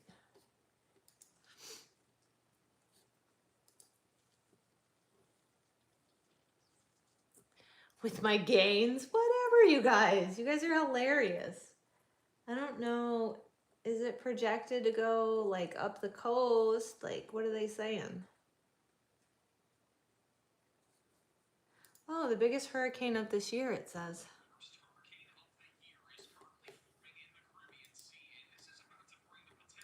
Catastrophic impacts to areas like Jamaica, Haiti, the Dominican Republic, and the Bahamas. Additionally, severe weather will continue today and tomorrow across the United States, with more damaging winds, hail, and tornadoes being a possibility. So in today's forecast, we're going to break down exactly what you need to know about Hurricane Melissa and the severe weather threat in the United States. We'll begin with what's happening right now in the Caribbean Sea, and this right here is Melissa, which is expected to intensify into at least a Category 4 tomorrow near Jamaica, but we do think that this is going to make a run at becoming a Category 5 hurricane. If this were to become a Category 5 hurricane, it would be our third Category 5 hurricane of the year so far. Luckily, the first two avoided most of land, but this one, unfortunately, is not going to do the same. Because what's going to happen over the next few days is that Melissa will slowly track to the west, dumping upwards of 30 to 60 inches of rain in Jamaica, and then it will eventually turn off to the north, making landfall in Jamaica, going through Cuba and the Bahamas, causing the threat of catastrophic impacts over a elongated amount of time here. This is going to last all the way from today, all the way through at least Wednesday of next week, which is a very long period to be talking about all these impacts in such a localized area here in the Greater Antilles. On the other hand, we do have a big severe weather event that took place yesterday. We had a couple of There you go. tornadoes in North Texas, and on top of that, we've had just a slew of thunderstorms across Texas and Oklahoma over the last 24 hours. More of that is to come today, as we are expecting severe weather this morning along the Gulf Coast, and then later this afternoon there may even be some more severe weather in store, with tornadoes being a possibility. And here's a closer look at Melissa, which looks like a very impressive tropical system right now in the Caribbean Sea. Look at that We've had thing. some very deep convection over the last 12 hours, really starting to center around its core circulation, which means that it is now rapidly organizing, and we are expecting this to become a major hurricane by as early as late tonight and early tomorrow, as it very slowly drifts to the west in the direction of Jamaica. As of right now, not really seeing It's a off lot of Google. impacts to Haiti or the Dominican Republic. There are some outer bands that have made it into Yeah. southern Haiti, which will continue to dump heavy rainfall. See? But outside of that, Jamaica is really the area that's going to be hardest hit by this hurricane. That's what they're saying. I don't know nothing about it, so that's why we looked it up. Bad news regarding Melissa. It is now forecasted to make a direct landfall as a Category 4, if not a Category 5 hurricane on Monday in Jamaica. So we are expecting that there will be landfall in the country of Jamaica on Monday. On Monday. Which means that catastrophic impacts will likely be felt across much of the country. On top of that, this will be stalling just to the south of Jamaica for the next few days. So as we go into Sunday morning, we are expecting this to very slowly move to the west and essentially dump tons of rain over That Jamaica. sucks. We are expecting Oh, it's on YouTube, actually. to 60 inches of rainfall in Jamaica, which is just absolutely insane. This Yep, could be it's called The Biggest Hurricane of the Year is for Coming the country of from Jamaica, Max and even Velocity. for worse. So, thank you.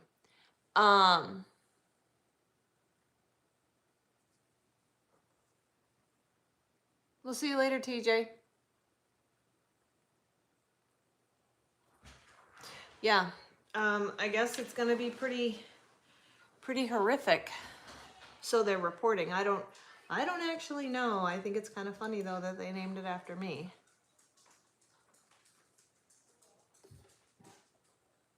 Not gonna lie.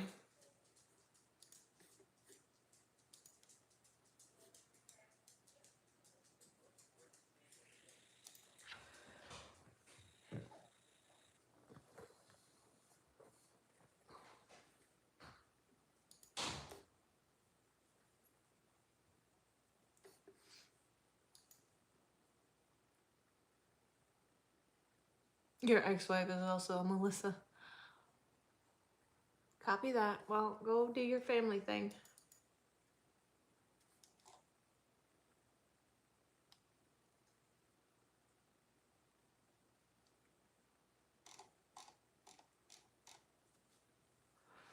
Oh, phooey. Yeah, TJ's not gonna be good. No. That's like telling a 4-year-old to go to sleep. Not gonna happen.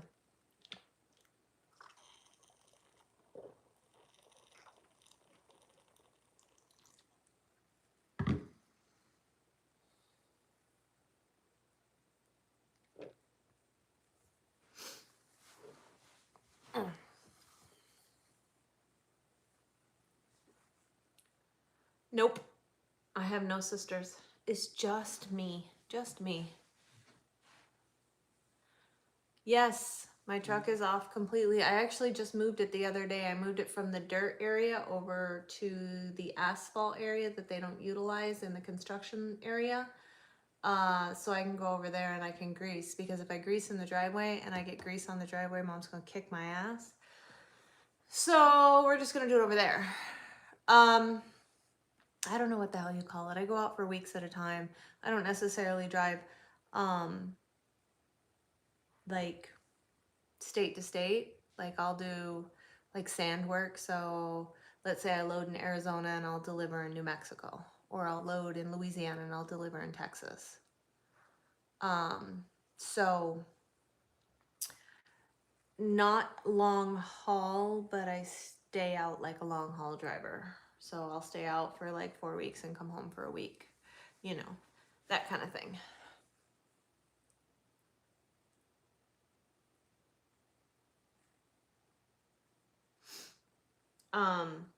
But I try to come home once every 4 to 6 weeks for a week and spend time with Mom, because she's in her 70s.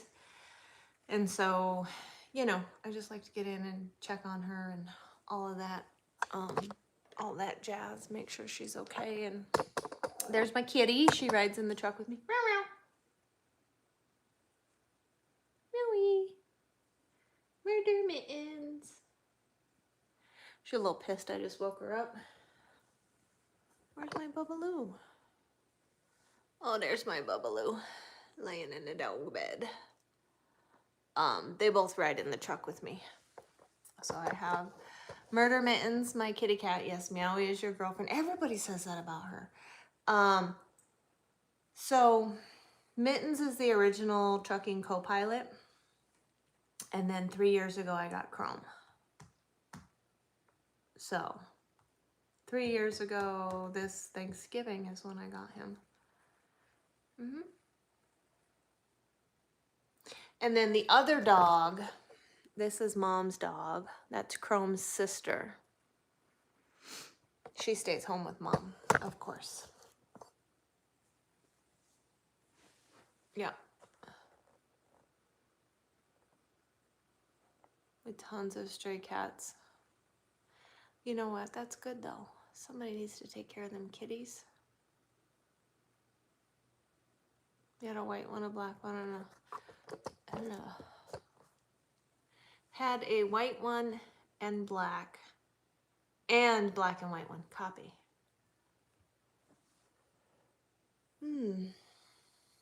Yeah. Hey Ron, by the way, you actually have to go on your laptop into the community, you know, the fitness community that I created. You have to go in there. You have to go in that way.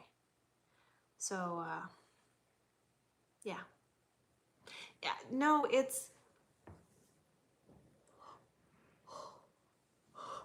When I have an anxiety attack, it manifests as shortness of breath, and I yawn a lot. I don't know why I'm having an anxiety attack. Don't ask me. I don't know. It's just what it is. Yeah, you have to go in there and you have to introduce yourself and et cetera, because you haven't done that yet. Then you get a gray male who lets you pet him. Aw. Yeah, a lot of times there. See, here's the thing though. My cat, she was a feral stray cat. And they ended up catching her nursing her back to health and taming her. And they said that like within a week she was tame. I have heard of box breathing and it doesn't help. Whatever, I don't know. I've done box breathing. I've done like 4-3-2 or whatever that whatever, you know what I mean. I've done different kinds of breathings and it doesn't do anything. So I think it's just antsy wanting to get back in the truck, to be honest with you. Yeah. What the hell were we talking about before that?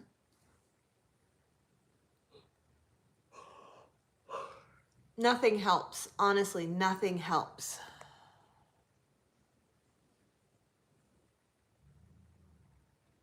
Oh. Oh yeah, Meowie. So she was a feral stray cat and now she is like the biggest lovey-dovey kitty on the planet. Like she's an absolute cuddle bug. Meow meow. Come here. Come here. Nobody asked you, Casey. You leave my kitty cat alone. That's my baby. That's my baby. Are you my baby? No, it'll go away. The more I focus on it, the worse it gets. Yes.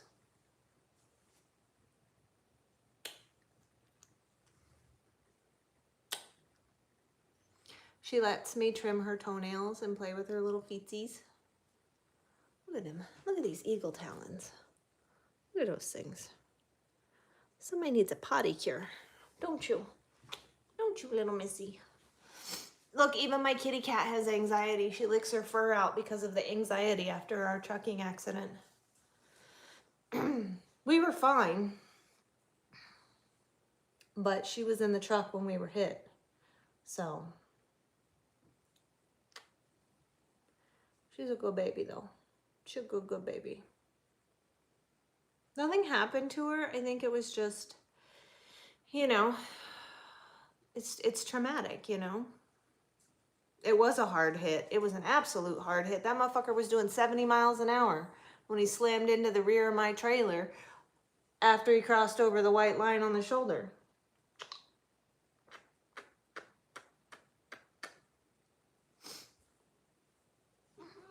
Then she got to ride in a police car.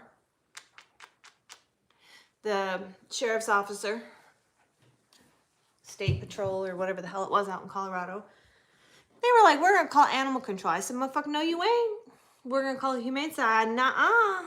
Well, you got to go to the hospital. I said, I ain't going nowhere unless I know my kitty cat's safe and you ain't taking her to either one of those motherfucking places. So the cop was like, she can be in my car. She's not going to chew anything up or pee on it. And I was like, fuck no, dude. She rides in the truck with me. She'll be fine. And he's like, okay. So we put her in the back seat of his patrol car. And when he picked me up at the hospital to take me to a hotel, she's sitting in the back seat on top of his lunchbox looking out the windows. And as soon as she saw me, she started meowing. Yeah. It was actually really funny.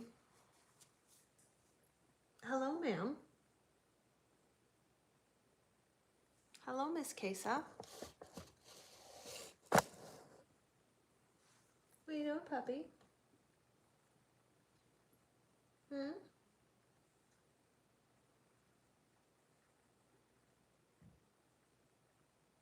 I don't know what you want.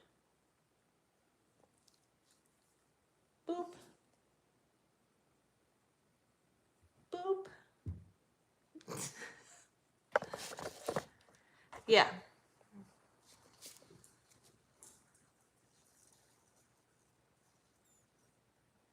Oh my God. Golly, that sounds horrific.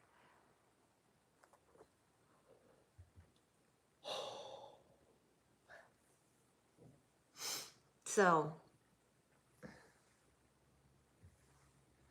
Other than that, there's nothing going on here. I gotta make a video of making a pumpkin protein latte.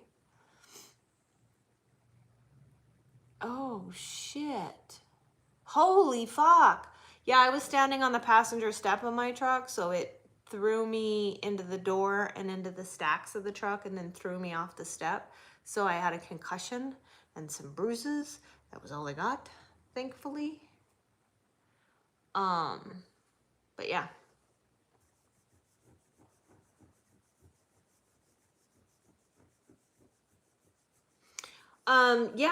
Yeah, me too. I mean, if I would have been in the back putting my triangles out, because like I had just stopped, checked my fuel tank.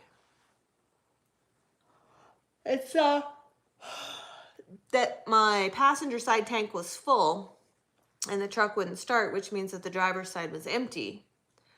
Because the relay between the two wasn't working. And my triangles were on the driver's side and service was calling me back. And so I was trying to talk to them and get them, you know, get that scheduled so they could get out there, pump the fuel from the passenger tank to the driver's side tank so I could at least get to a shop and get it fixed when I was hit. So had I have been putting out my triangles, I wouldn't be here today. Had I have been standing in front of my truck and peering around the side to see if it was clear to get in my driver's side box, I wouldn't be here today. Had I have been getting in my driver's side box, I wouldn't be here today. So yeah, I'm not doing anything for Halloween. I'm hopefully working. Semi-truck. Another semi-truck hit me.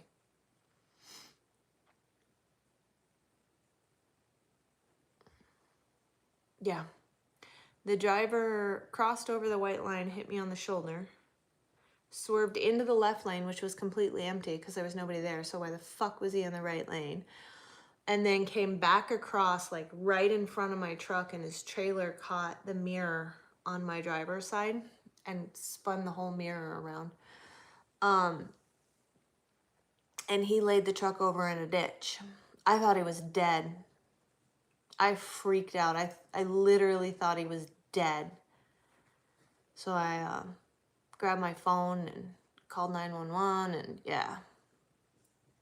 No, he wasn't paying attention. He worked for CRST. Do I need to say anything else? Yeah.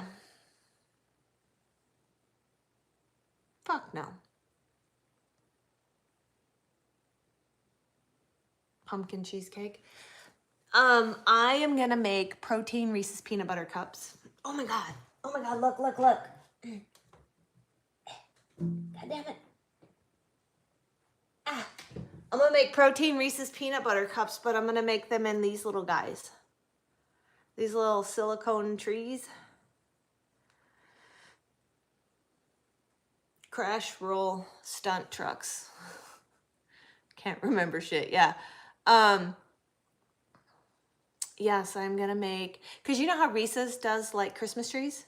I'm gonna do protein peanut butter cup Christmas trees.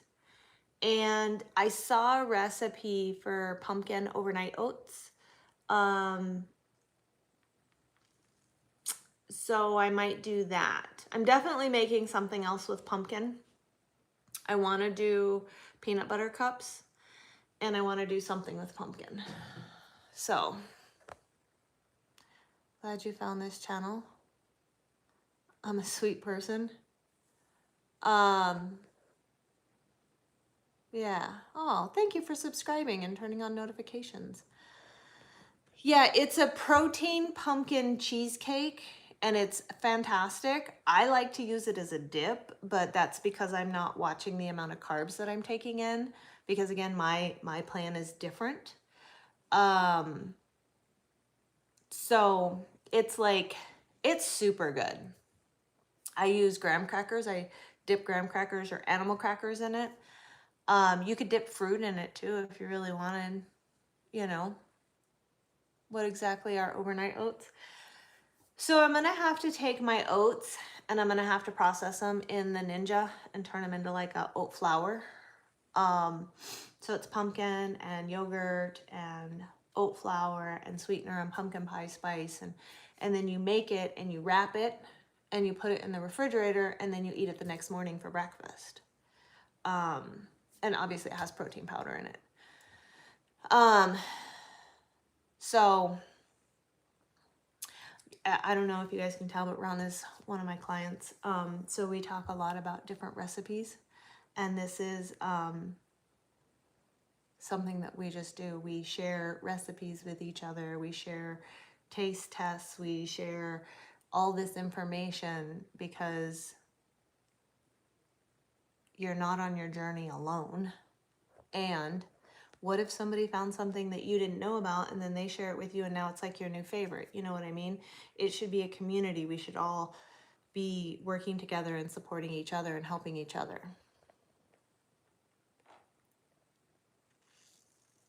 Oh, well, I'm so glad that you joined us today and I'm so glad that you enjoyed it. This is just kind of how my chats go. Sometimes it's fitness, sometimes it's trucking, sometimes it's psychology. It just really depends on the mood and the topics that come up. So if you ever have anything you want to talk about, you can always bring it up. Every Saturday at noon, that's when we're here. Noon Central Time.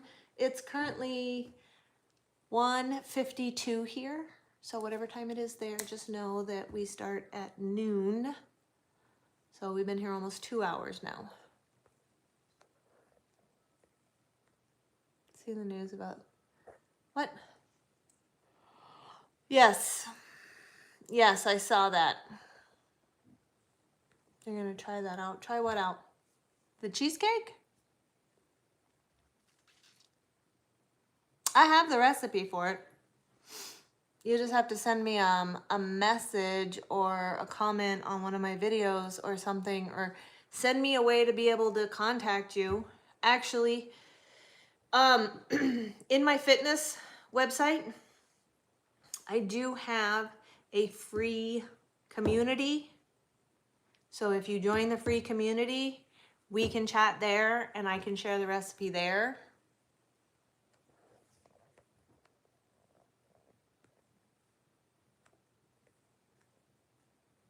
It's not 11:53, Ron. It is 1:54. Yeah, it's very simple to make. So if you just go to the website, the link is here. Ron pinned the website.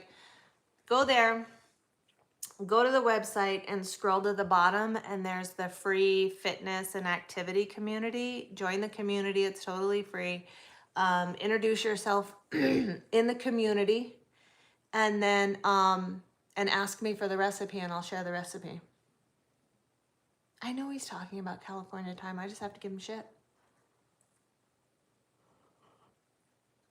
The fitness community is where we share our goals and our struggles, which Ron needs to go in there and put in there his current goal because your goals are always changing. Yes, it tastes good.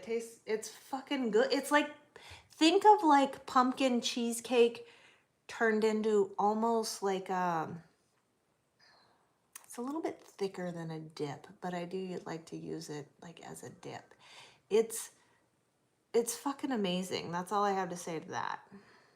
I mean, it's like yogurt and pumpkin and sweetener and protein and yeah. Oh, gross.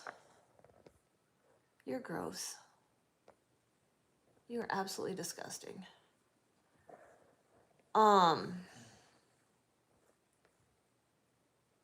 Yeah, Ron, you need to go into the community, introduce yourself, and tell me what your goal is, what your current goal is.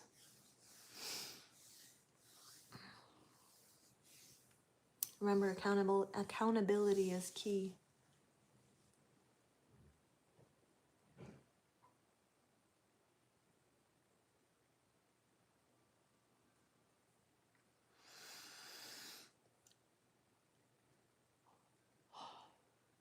Yes, it's like a mousse. You're right. It's more like a mousse. It's like almost thick like a pudding. It's a little thicker than a pudding even.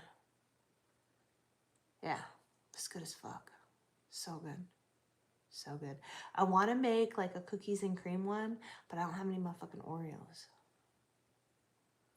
And I don't want to buy a box of Oreos because I'll eat those motherfuckers. You can't just walk in the store and go, can I please buy 4 Oreo Thins? Like, that's not an option. It's like trying to go to the store and buy a single cigarette. It's only available in the ghetto places.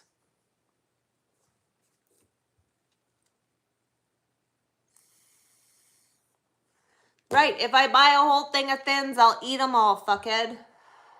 You can't just go in the store and say, I only need 4 of these Oreo Thins out of this package. You can't do that. No.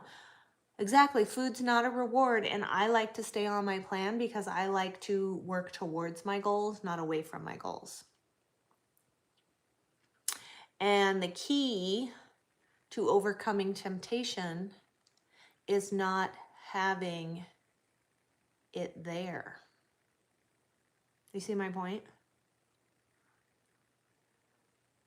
And if I don't eat them, fucking mom will, and then she'll be mad at me for having cookies in the house. And then, you see what I'm saying? It's just, I have more self-control than mom. And so, that's how that goes. No, it's not cheating. You have a your mindset around food is totally wrong. That's the problem. It's not cheating. I can eat whatever the fuck I want to eat. I just particularly like to stay on plan so that I can continue to make steady progress instead of stagnation in my goals.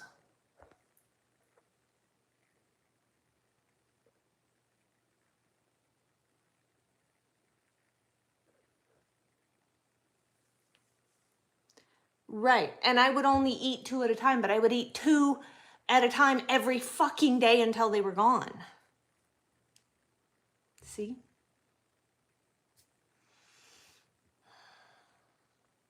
And while I can make them fit into my plan, I would rather not put them in my plan because that leaves me so many more options for so much more food. Because junk food has higher calories and higher fat content and higher carb intake. And so the problem is I can eat 2 cookies or I can have a whole fucking sandwich. That's a big fucking 2 cookies isn't going to satiate you like a whole fucking sandwich is. See my point? So I would rather be able to eat a whole fucking sandwich than eat 2 cookies and be hungry in like 10 minutes. That's why I don't do it. I prefer to have higher quality foods in my day-to-day. Now, are there days where I do allow myself to have motherfucking cookies or something like that? You goddamn right. Because those are the days that I'm like, meh, you know, I'm good today. I don't really have, you know, whatever. Or I decide, you know, I'm gonna have we call them refeed days. So there are days like that, but they're just not very often. They're not often enough that those fuckers wouldn't go stale. And that's a waste of money.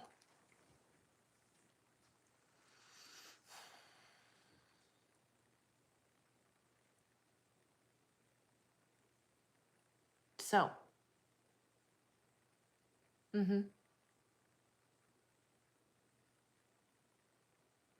that's disgusting. No way. The whole point of the Thins is because there's less calories, there's less carbs, and there's less fat because there's less cookie.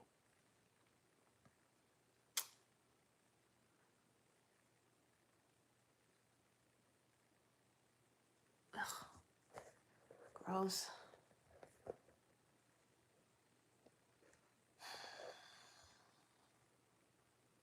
Fast one. Don't try to be logical in this. Really don't. Don't. You don't understand.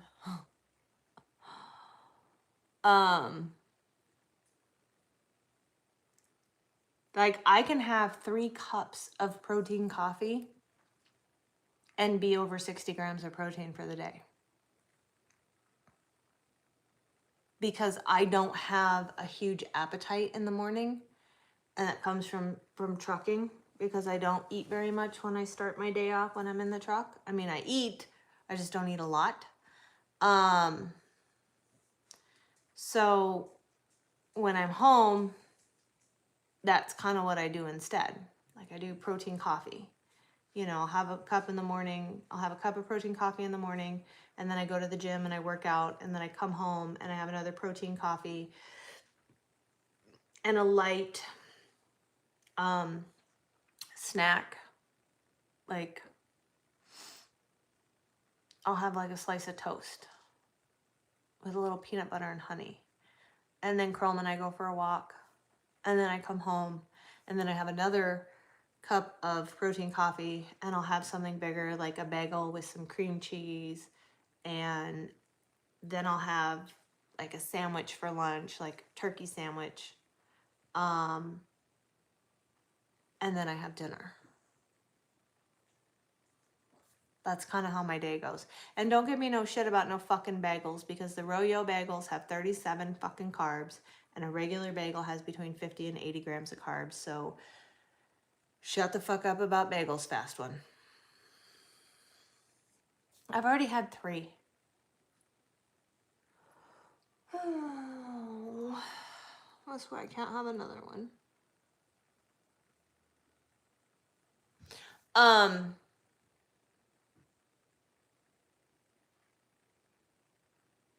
You eat as a pastime. Healthier snacks. I mean, there are things that do, there are things that will,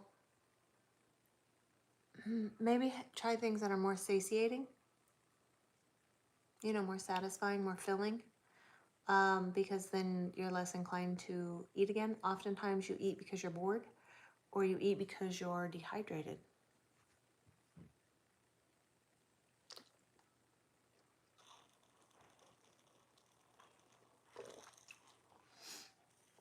That's because my bagels actually have less carbs than 2 fucking Oreos.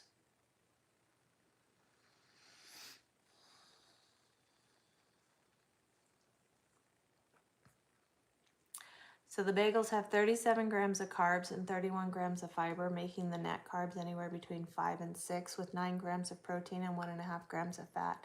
Tell me how that's more unhealthy than a fucking Oreo. That's right, you can't. Yes. Sugar is yes, you are absolutely right. Sugar is actually, it registers in the pleasure center in the same place as heroin. For those who didn't know.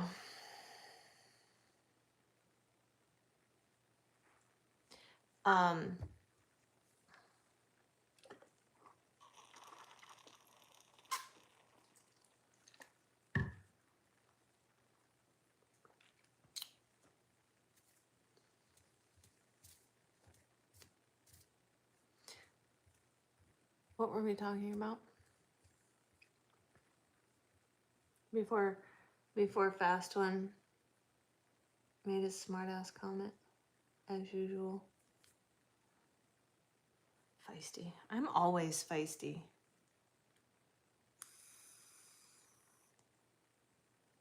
I'm going to spend my day making protein peanut butter cups. My protein peanut butter cups are going to have 6 grams of protein, 6 grams of fat, and 6 grams of carbs, which is far greater food value than an actual peanut butter cup.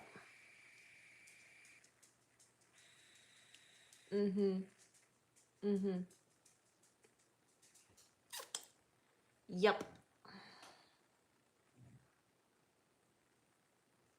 Super excited. I'm gonna make 90 calorie peanut butter cups with 6 grams of protein. And they are gonna be freaking awesome. Because again, if you're doing food the right way, you can have all the things you love without all of the nasty negative side effects. You like peanut butter cups? Motherfucker, make protein peanut butter cups. Same thing.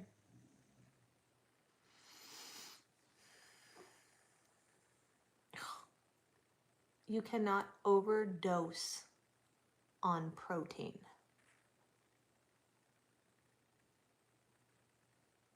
That's like saying you can overdose on vitamin C. No, the fuck you can't. It's water soluble. You'll pee out the excess vitamin C.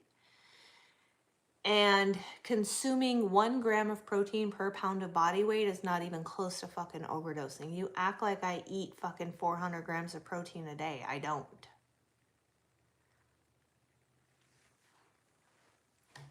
And I'm not feisty. It's just I have fucking 10 plus years of nutrition and fitness knowledge. So why? Because everything has protein in it? Well, I had 3 protein coffees at 60 grams of protein and I'm supposed to have 140 throughout the day. What seems to be the problem? Protein peanut butter cup has 6 grams of fucking protein. Where's the problem? My lunch is gonna have 20 grams of protein. My dinner is gonna have 20 to 40 grams of protein. What is the fucking problem? There's no fucking problem. Welcome back, TJ. Fast one. Your lack of understanding of nutrition on a macronutrient level is absolutely frustrating and aggravating. And I'm going to say this to you in the nicest way that I know how. Until you know what my diet, exercise, and lifestyle is like on a number level, don't fucking talk to me about what I'm doing. Because I've been doing this longer than you fucking realize. Everything you're saying is trying to...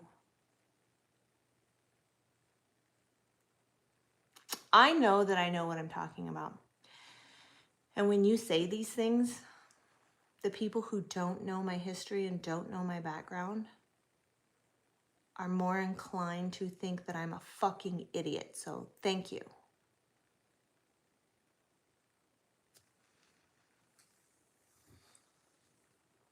When you have 10 years of fitness and nutrition under your belt, when you have overcome a fucking eating disorder, when you've stepped on stage at under 10% body fat, and when you've trained like I have trained for as long as I have trained, then you can fucking say something.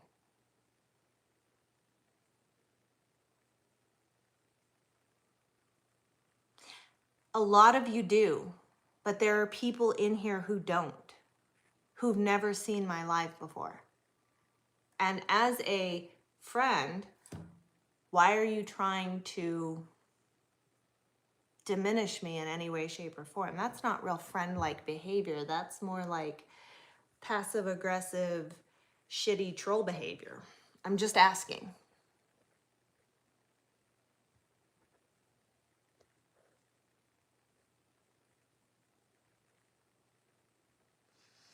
Ron says, I taught him how to look at proteins in proper amounts and intakes, and that's why he's losing weight and he's healthier. So, while I don't mind you giving me shit, I don't appreciate that level of disrespect. Their opinions don't fucking matter. But what you're saying to me is extremely disrespectful, as if I'm stupid and I don't know. And I don't appreciate that.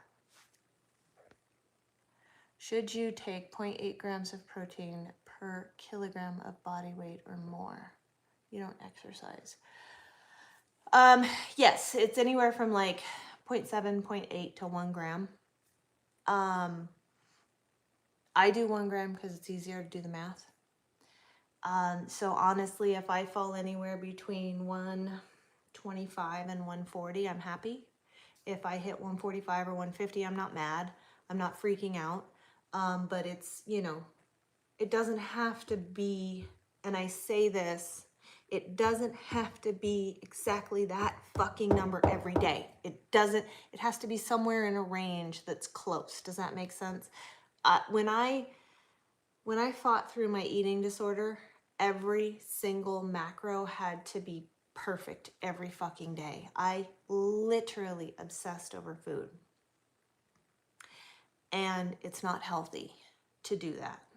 So this is why I tell you, find a range. If you're, let's say 0.8, I don't know what your body weight is. You don't have to tell me, but let's say your number is 160 grams. Okay. If you eat 150 one day and you have 165 the next day, and then you see what I'm saying? It's fine. The world's not going to end if you don't hit that exact 160.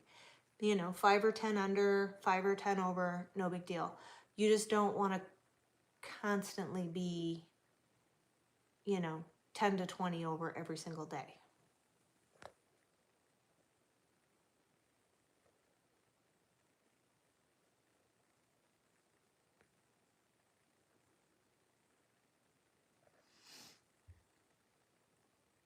You also calculate your debt if you're overeating, and then you try to overcome.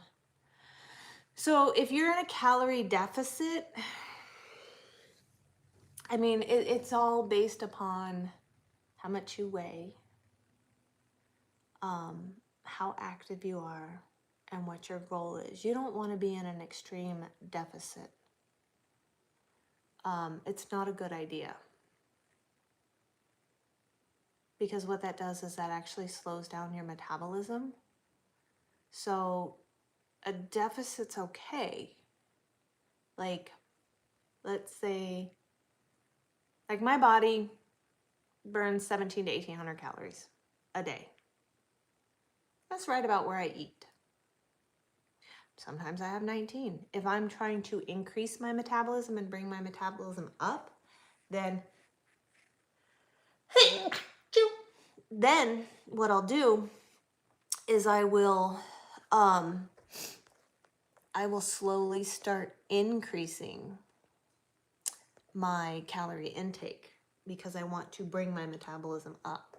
But you do have to do something like that really slowly. Thank you, TJ. What were you gonna say, TJ? Remember, honesty's not always nice, and nice is not always honest, but we aren't trying to be brutal. So,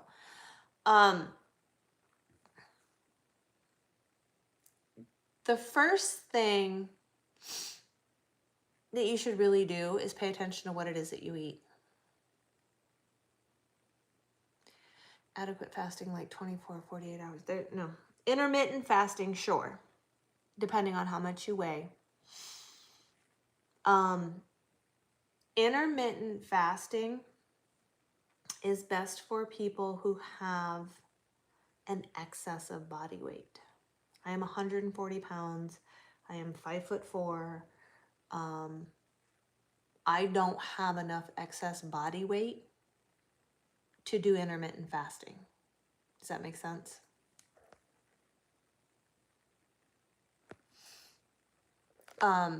Because intermittent fasting forces your body to utilize stored body fat for energy.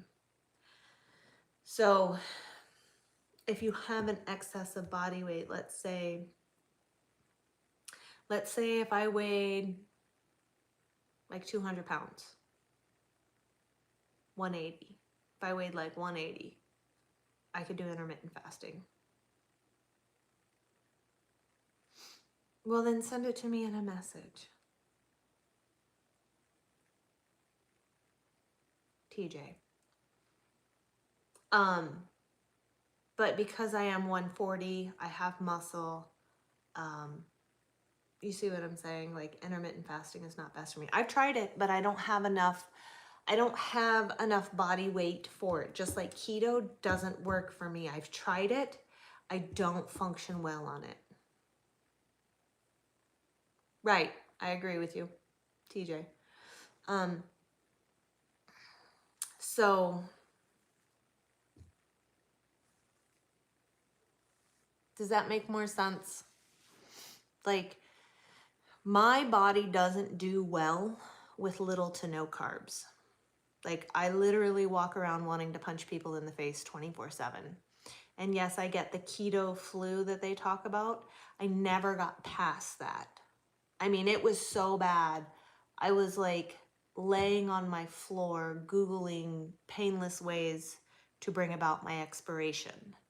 I mean, I was miserable for over a month. So I was like, oh, keto is not for me. Keto's bad. You're doing that and stop because keto flu. It depends. It's only supposed to last like a week. Mine lasted like 6 weeks. And I think one time, because, I had the little sticks to test my pee. And one time I was in ketosis. One time. And I was miserable for 6 weeks. So again, you have to do what's best for you. I know my body functions better on higher carbs. You had the keto flu and you begged for death. Yeah, I went through it for 6 weeks before I was like, I can't do this anymore.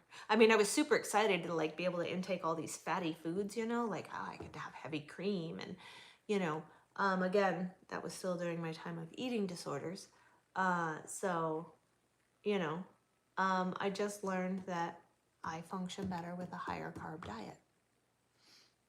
And I function better when I keep my fats, in the 40 to 50 range. And if I'm gonna hit the 50 range, I bring my carbs down a little bit.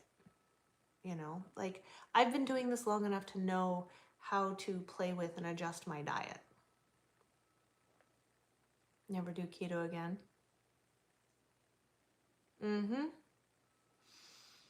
So Ron told me something the other day. Okay, TJ. There was a lady that he knew that did competitions, and he was telling her, he just wanted to drop some weight and kind of, get into shape. He didn't want to get fit. He didn't want to, drop 100 pounds. He didn't, none of that. I just want to drop a little weight and kind of get into shape. And she told him the same thing that all competitive athletes tell you: chicken and rice and vegetables. And you can't have anything else. You can't have a burger, you can't have a cookie, can't have sugar, can't have this, can't have that, can't have this, can't have that, right?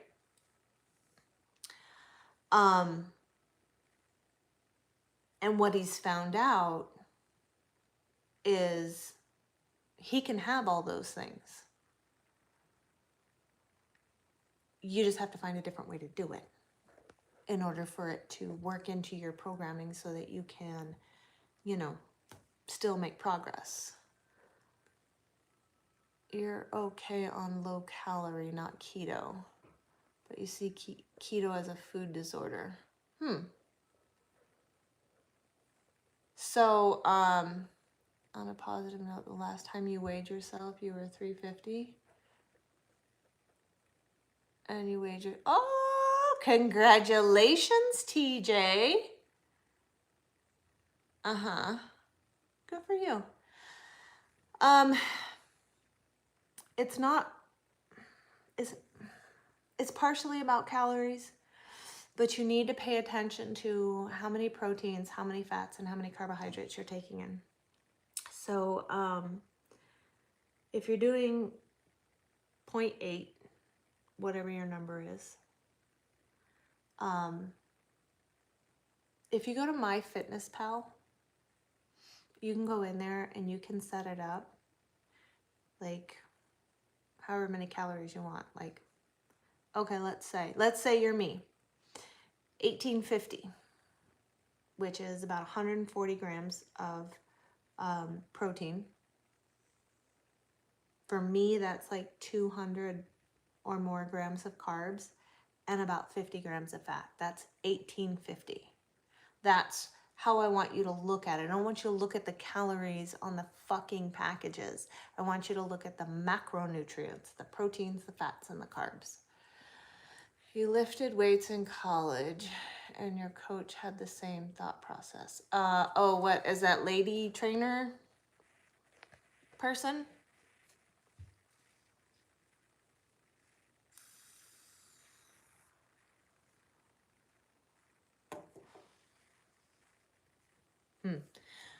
The link is right there for my website.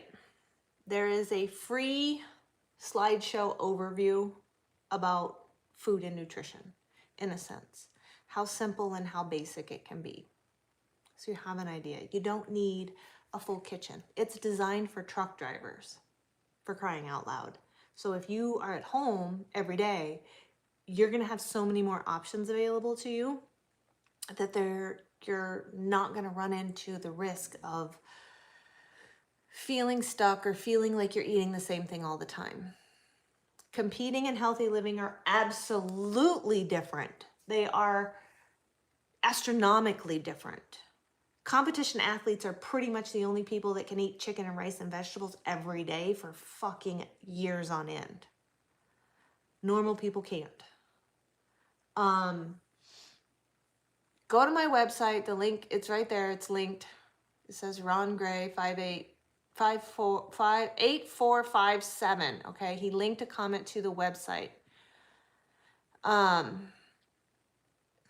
Go to the website, get the free overview so you have an idea of what's involved in my programming. There's a free fitness community that you can join.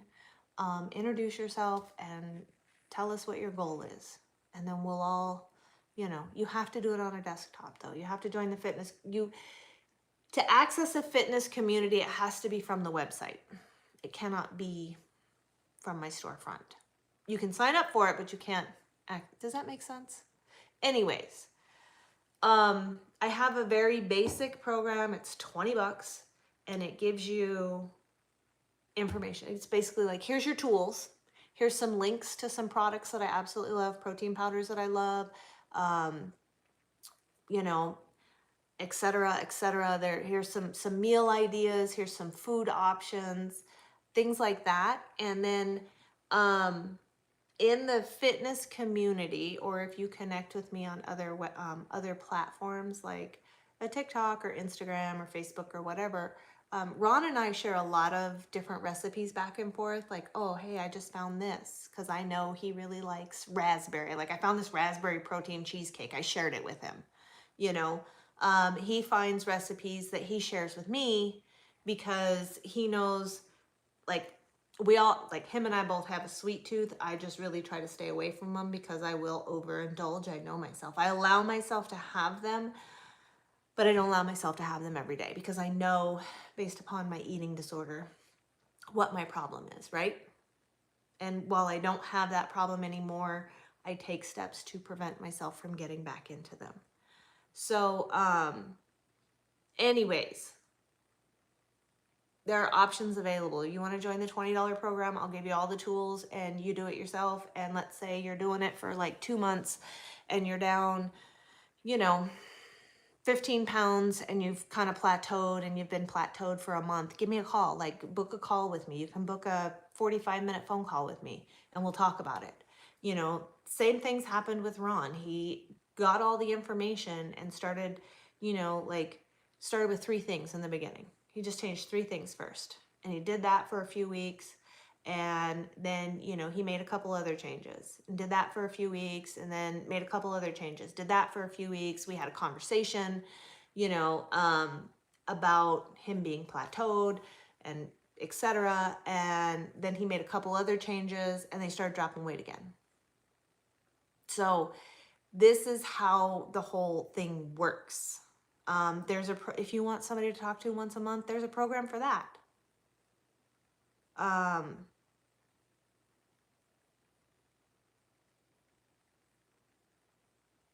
it's,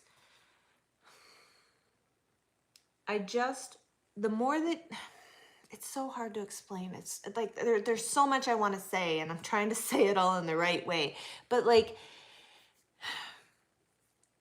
it's okay to have cookies. It's okay to have cake. It's okay to have a fucking latte. It's okay to have that stuff. The reason why most people are not successful in their mission to changing their lifestyle or eating healthy is because they think they have to restrict themselves, and you fucking don't.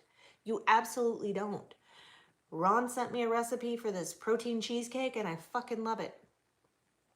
Today I'm gonna make protein peanut butter cups. There are ways to satiate your cravings without throwing your whole ship off track. Like, I made a buffalo chicken. It was chicken breasts, buffalo sauce, some other seasonings and shit, crock potted, turned into shredded buffalo chicken. I mean, if you seriously want that buffalo chicken flavor, fuck, make buffalo shredded chicken.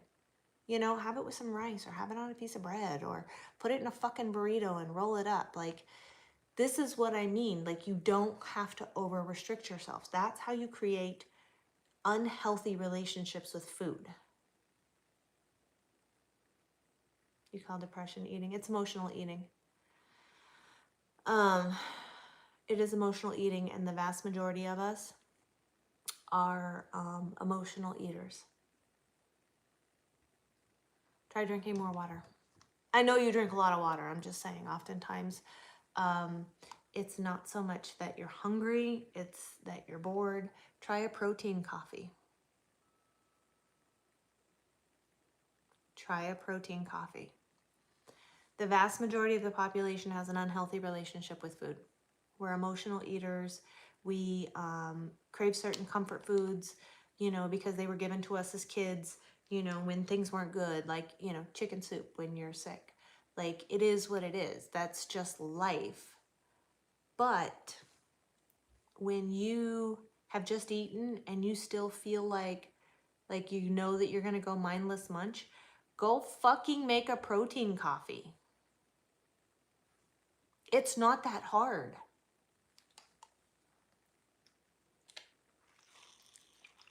Oftentimes a protein coffee will satiate your need for sweets, and give you protein, which is good for your body. Anyways.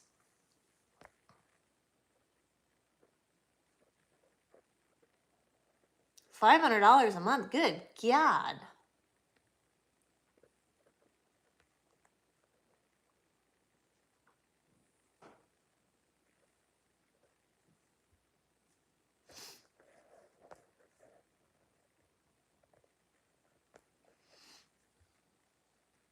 I mean, you can make a hot protein coffee. You can make an iced protein coffee. The only thing I'm going to tell you when you make a hot protein coffee is, for the love of God, do not brew your coffee over your protein powder. It will curdle your protein. And for the love of God, do not instantly put your protein powder into your coffee as soon as it's done brewing. I mean, literally give it like 2 fucking minutes. Add a touch of cream to it first and then put your protein powder in. You know what I mean?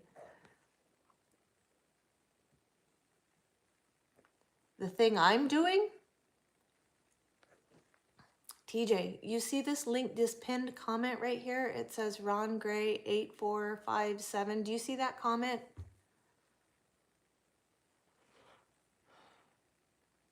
TJ, do you see the pinned comment? Yes, click on it. That's my website. Go to the website. There's a $20 program where you don't have to ever fucking talk to me, and you can just take it and do it yourself.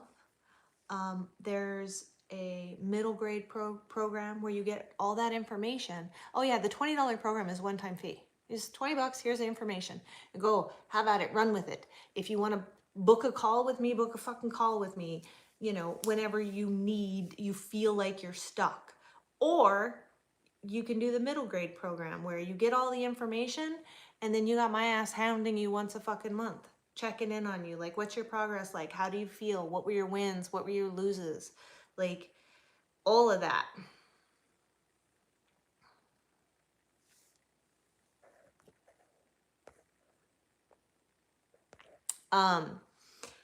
There's a free fitness community that you can join. Ron's in the fitness community. He just doesn't do what I asked him to do. Shame on you. Shame on you. Not to mention, like I said, Ron and I share back and forth a lot of, we share a lot of recipes for sweets, for savory, things like that.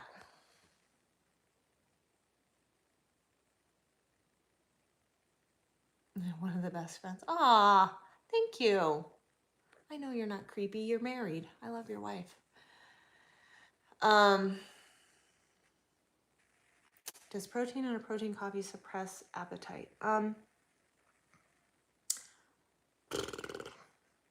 Yes and no.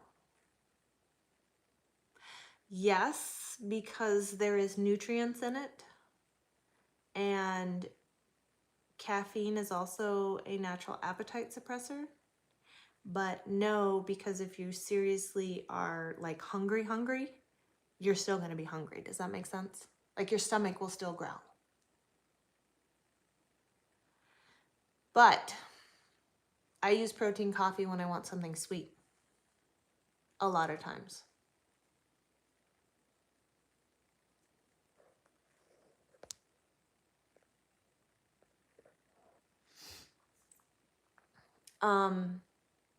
That's the first thing I do in the morning. I make a protein coffee.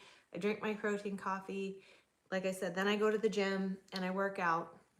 I come home, I have a small, like I'll have like a slice of toast, maybe like a super, super thin smear of peanut butter, maybe a drizzle of honey. I'll have another protein coffee. Then I take my dog for a walk because usually when I get home from the gym, I'm starving. Take my dog for a walk. That's usually 30 to 45 minutes. And then I come home and I'll eat something bigger. But that's what works for me.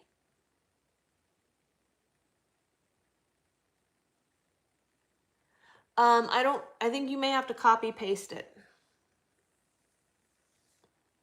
Or just go to my profile and it's right there in my profile, in my bio.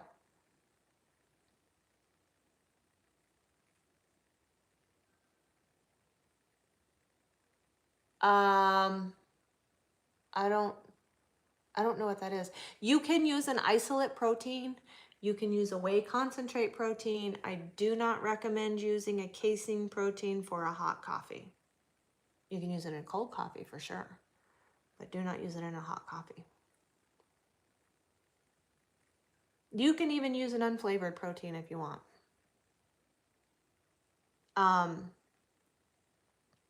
If you're using it in hot coffee, here's another option.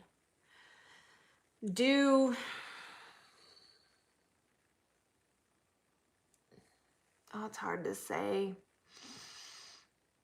You could do like a half a cup of like almond milk or a half a cup of like Fairlife milk because it has more protein in it, or even a quarter cup. Half a cup, put your protein in that, mix it, and then pour that into your coffee.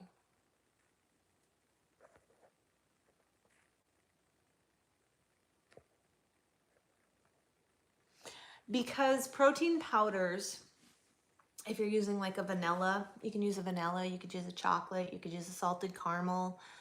Those are all going to kind of be like a sweetener and a creamer for your coffee at the same time. While they don't have sugar in them, they are sweet in themselves. So it satiates the sweetness. Not to mention, like, let's say, hang on a sec. I'll show you. Oy, oy. So you could do like a coffee concentrate, like the Javy coffee concentrate. I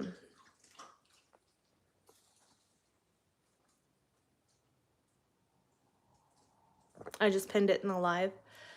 So this, you can do this hot or cold. So it's caramel flavored. You could add sugar-free caramel sauce. You could add sugar-free caramel flavoring.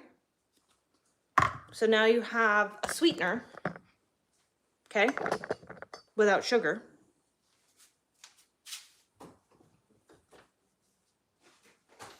And you could do, this brand has a salted caramel. They have vanilla. They have lots of different flavors.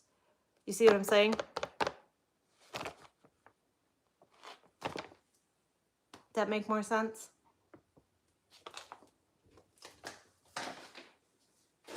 Ooh.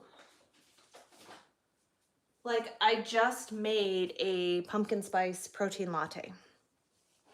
So I used this. I used a cup of Fairlife milk. I used 2 teaspoons of this. I drizzled this around the inside of the glass. I added this to it, and I added that vanilla protein to it. Put it into the NutriBullet blender, poured it over ice.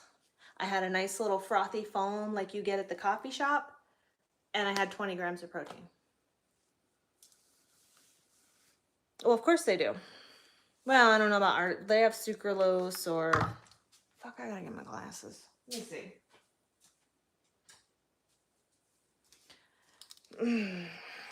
I just don't use aspartame.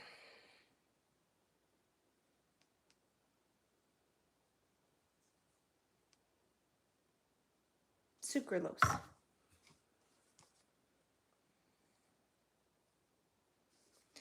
This has no sweetener in it. I mean, honestly, if you don't want to use that, where the hell did it go? If you don't want to use that, then use Truvia instead. Don't use flavored syrups and use Truvia. Aspartame is very bad. Did you know that aspartame was originally created for chemical warfare? Did you know that? Mm-hmm. Yep.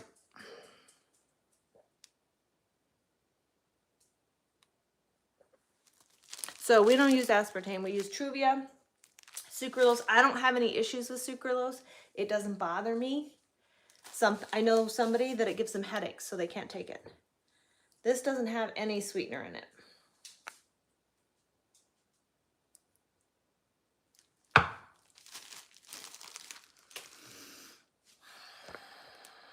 Because at first you thought it was pure protein with no additives, so I asked. Oh, well, it depends. There's a brand called It's Just Whey. You can get an unflavored whey protein and it has no sweeteners in it. I really don't care. We all have an expiration date anyways.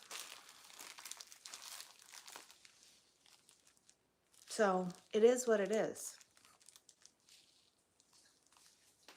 We all have certain things that we're willing to tolerate and certain things we're not, okay? And I'll deal with sucralose. I won't do aspartame. To each their own. That is the freedom of life, is that we can all like different things. But there is a brand called It's Just Whey, and you can get their unflavored whey. And it's just whey protein concentrate. And if you want it sweet, you could add stevia or monk fruit or whatever 0-calorie sweetener you choose to use.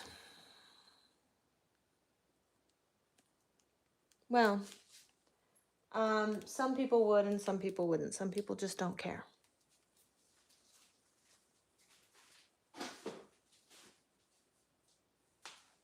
If you want to add a tablespoon of honey, add a tablespoon of honey. I mean, shit, it is what it is. You know? We all make decisions based upon what we think is best for ourselves. Kind of like them vegans, you know? They think being vegan is great for them. Well, good for you. Good for you. I don't have to condone it. I don't have to participate in it. And I don't have to give a fuck that you choose to be vegan. You know what I mean? Like, why do you care that I eat meat? I don't care that you don't. So, ow, son of a bitch. Um, that hurt.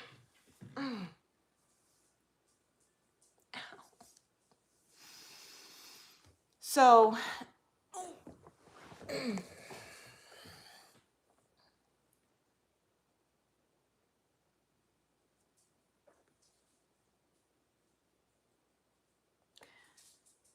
everybody's got to blame something. You know what I mean? Everybody finds their own thing.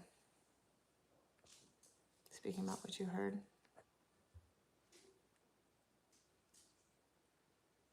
I don't know. I don't know, honestly. It is the way that it is.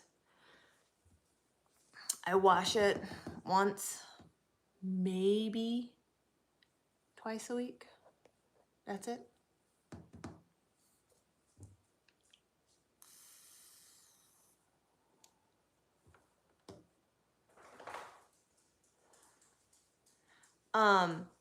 We all hear different things. Like, I got in a debate on TikTok with a guy because he was telling me that air fryers are so bad, they're worse than microwaves, yada yada yada. Thank you. You know, all this stuff, and it's like, well, that's what they said when Teflon pans first came out. Yes, I'm a truck driver. So we all decide which things that are bad for us that we're going to participate in and which things we're not. You know what I mean? So if you choose to not do sucralose, that is your choice. You know, there are other 0-calorie sweeteners out there. Or you could use honey, 1 tablespoon of honey instead, or, you know.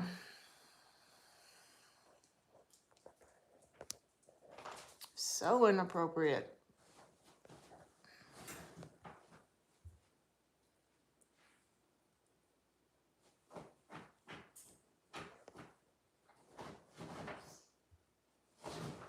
Got a new vape.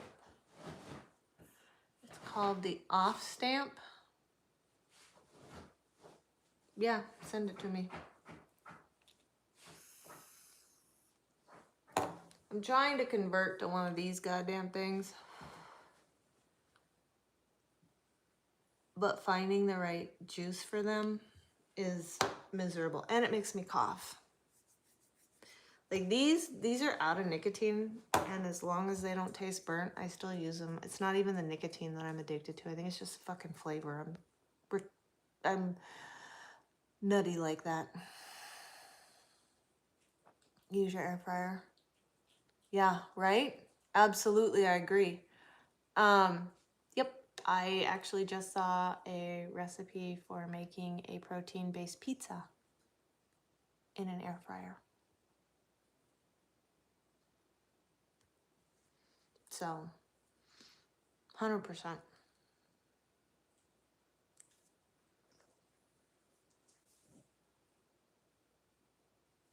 No, I did not use a therapist. I didn't even, I was in therapy for some assault traumas, you know, that I had gone through when I was training for shows, who was also certified in eating disorders, and she was always talking to me about that. Like, she seriously was worried about me having an eating disorder. And with that, like, I was always just like, oh, she doesn't know what she's talking about, you know, and she never pushed me on it. But when I switched coaches, I went from having a coach who told me exactly what to eat every meal of the day, every day of the week, for 1.5 years. And God, she's trying to play with the cat. She's in there laying on the. So 3 days a week, twice a day, this guy had me eating salmon and raw spinach for a year and a half. Now, I'm sure you understand how that can lead to an eating disorder. When I switched coaches, he didn't tell me what to eat. I did bodybuilding competitions. I was in the bikini division, and then after my second bikini show, I went off season, basically trying to heal my metabolism, work on my eating disorder, and build muscle. And that's when I realized, like, when I went over to this coach who told me, like, you need to eat this much protein, this many carbs, and this many fats. It just made sense to me. Like, okay, I ate a lot of the similar things, but I realized that my previous coach had me on 900 calories a day. And my new coach, you know, I was 13, 15, 1900 calories, depending on if I was getting ready for a show or not. So I learned a lot more about food and nutrition that way.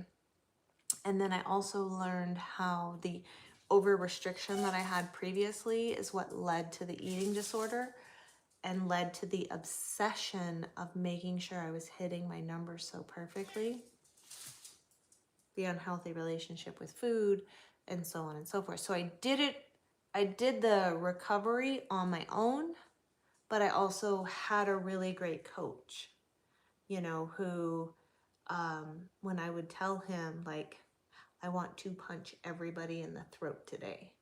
And he would, you know, and he recognized a pattern that happened on the days when my carbs were really, really low.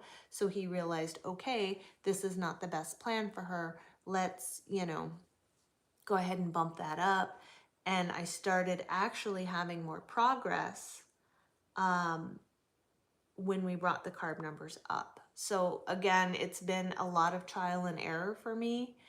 It's been a lot of struggles, and that's why when I work with people, I stress it's so important. I stress the hell out of it that restriction is not the way to go at all. If you want a fucking cheeseburger, I'm not going to tell you to eat a chicken sandwich. You know what I mean? Lettuce wraps with tuna and onions and celery. Hey man, if you like it, that's good. I mean, I think I eat maybe 1 or 2 salads a month, and I don't eat them as a meal.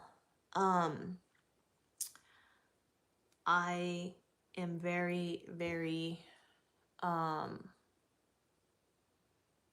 you know, I'm very adamant about, if you want a cheeseburger, all right, let's figure out a better way for you to have a cheeseburger. You know, use 96% lean ground beef. If you want cheese on it, use reduced fat cheese. And then top the shit out of it with some vegetables.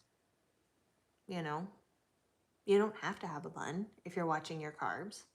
If you want a bun, fuck, have a bun. Have half a bun. Fuck, I don't care. I'm just, make it. Don't go to fucking Arby's and buy it. That's my point.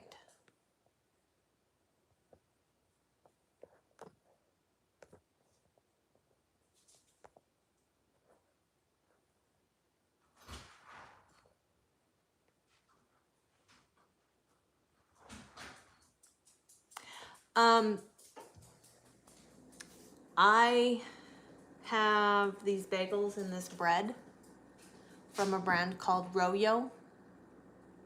I don't think I linked them here today. Oh, fuck, of course not, I did not. Anyways, they're called Royo, R-O-Y-O. These bagels have 38 grams of carbs and 31 grams of fiber. It has a lot of fiber. Their regular bread, 2 slices of their regular bread, has the same amount of carbs as 1 slice of regular bread, and has 11 grams of fiber.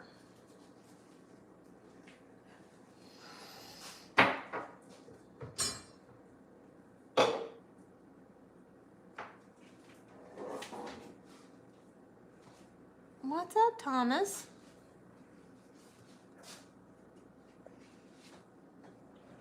You're absolutely right. Arby's is expensive.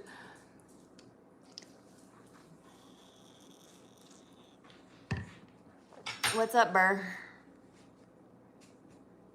How do you make a healthy lasagna? Ron recently made a high protein lasagna soup.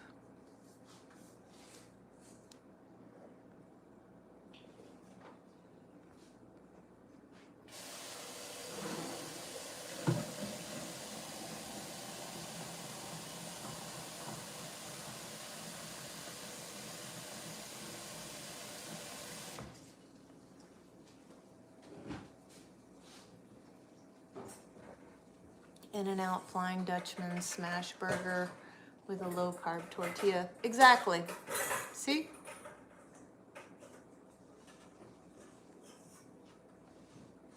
Same thing, different day.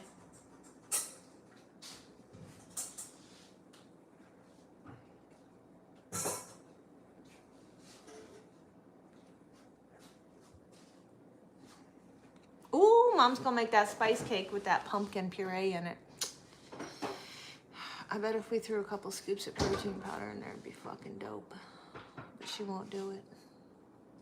Wanting to try this recipe thing called a Reuben soup. Want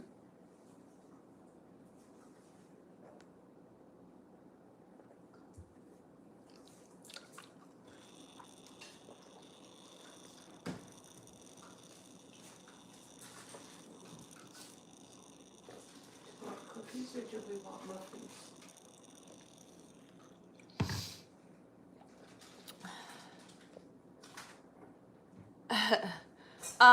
Muffins. Or cookies. I don't care. I like muffins.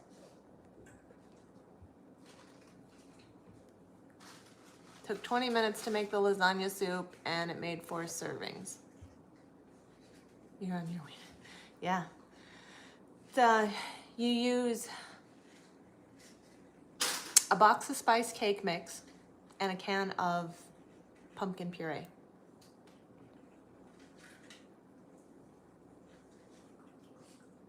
Okay. I can do that. We're gonna do cookies. We're doing cookies. Can we make those? Remember last time we used these? It stuck.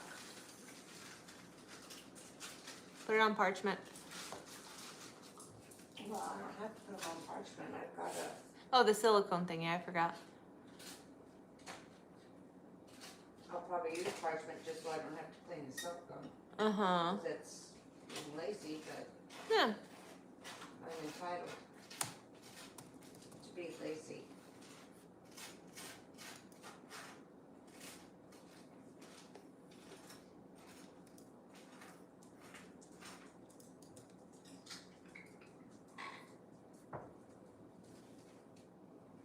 So, I do need to make something. Do we have any chocolate chips left? We do. I need to go make me a Royo bagel. With a little bit of whipped cream cheese and tiny little smear of blackberry preserves.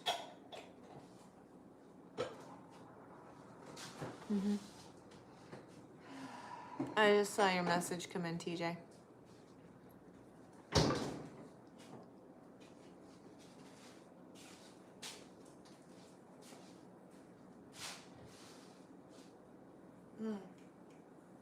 What are you looking at? Your bangs. What about them? Nothing, I was just looking at them. Even Mommy's got sweatpants on too. It's cold. It's cold outside. 75 in here. Is it? Yeah. It's fucking 68 outside. Yuck. So, anyways, did you guys notice that my anxiety attack subsided? Nobody, everybody, somebody. I'm gonna get off here. I gotta make something to eat, and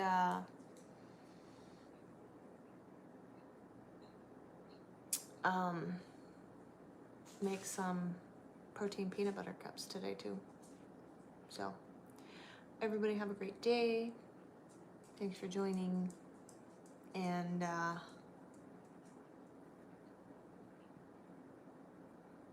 I will share it with him. I will chat with you guys next week on Saturday. Have a wonderful weekend and everybody be safe.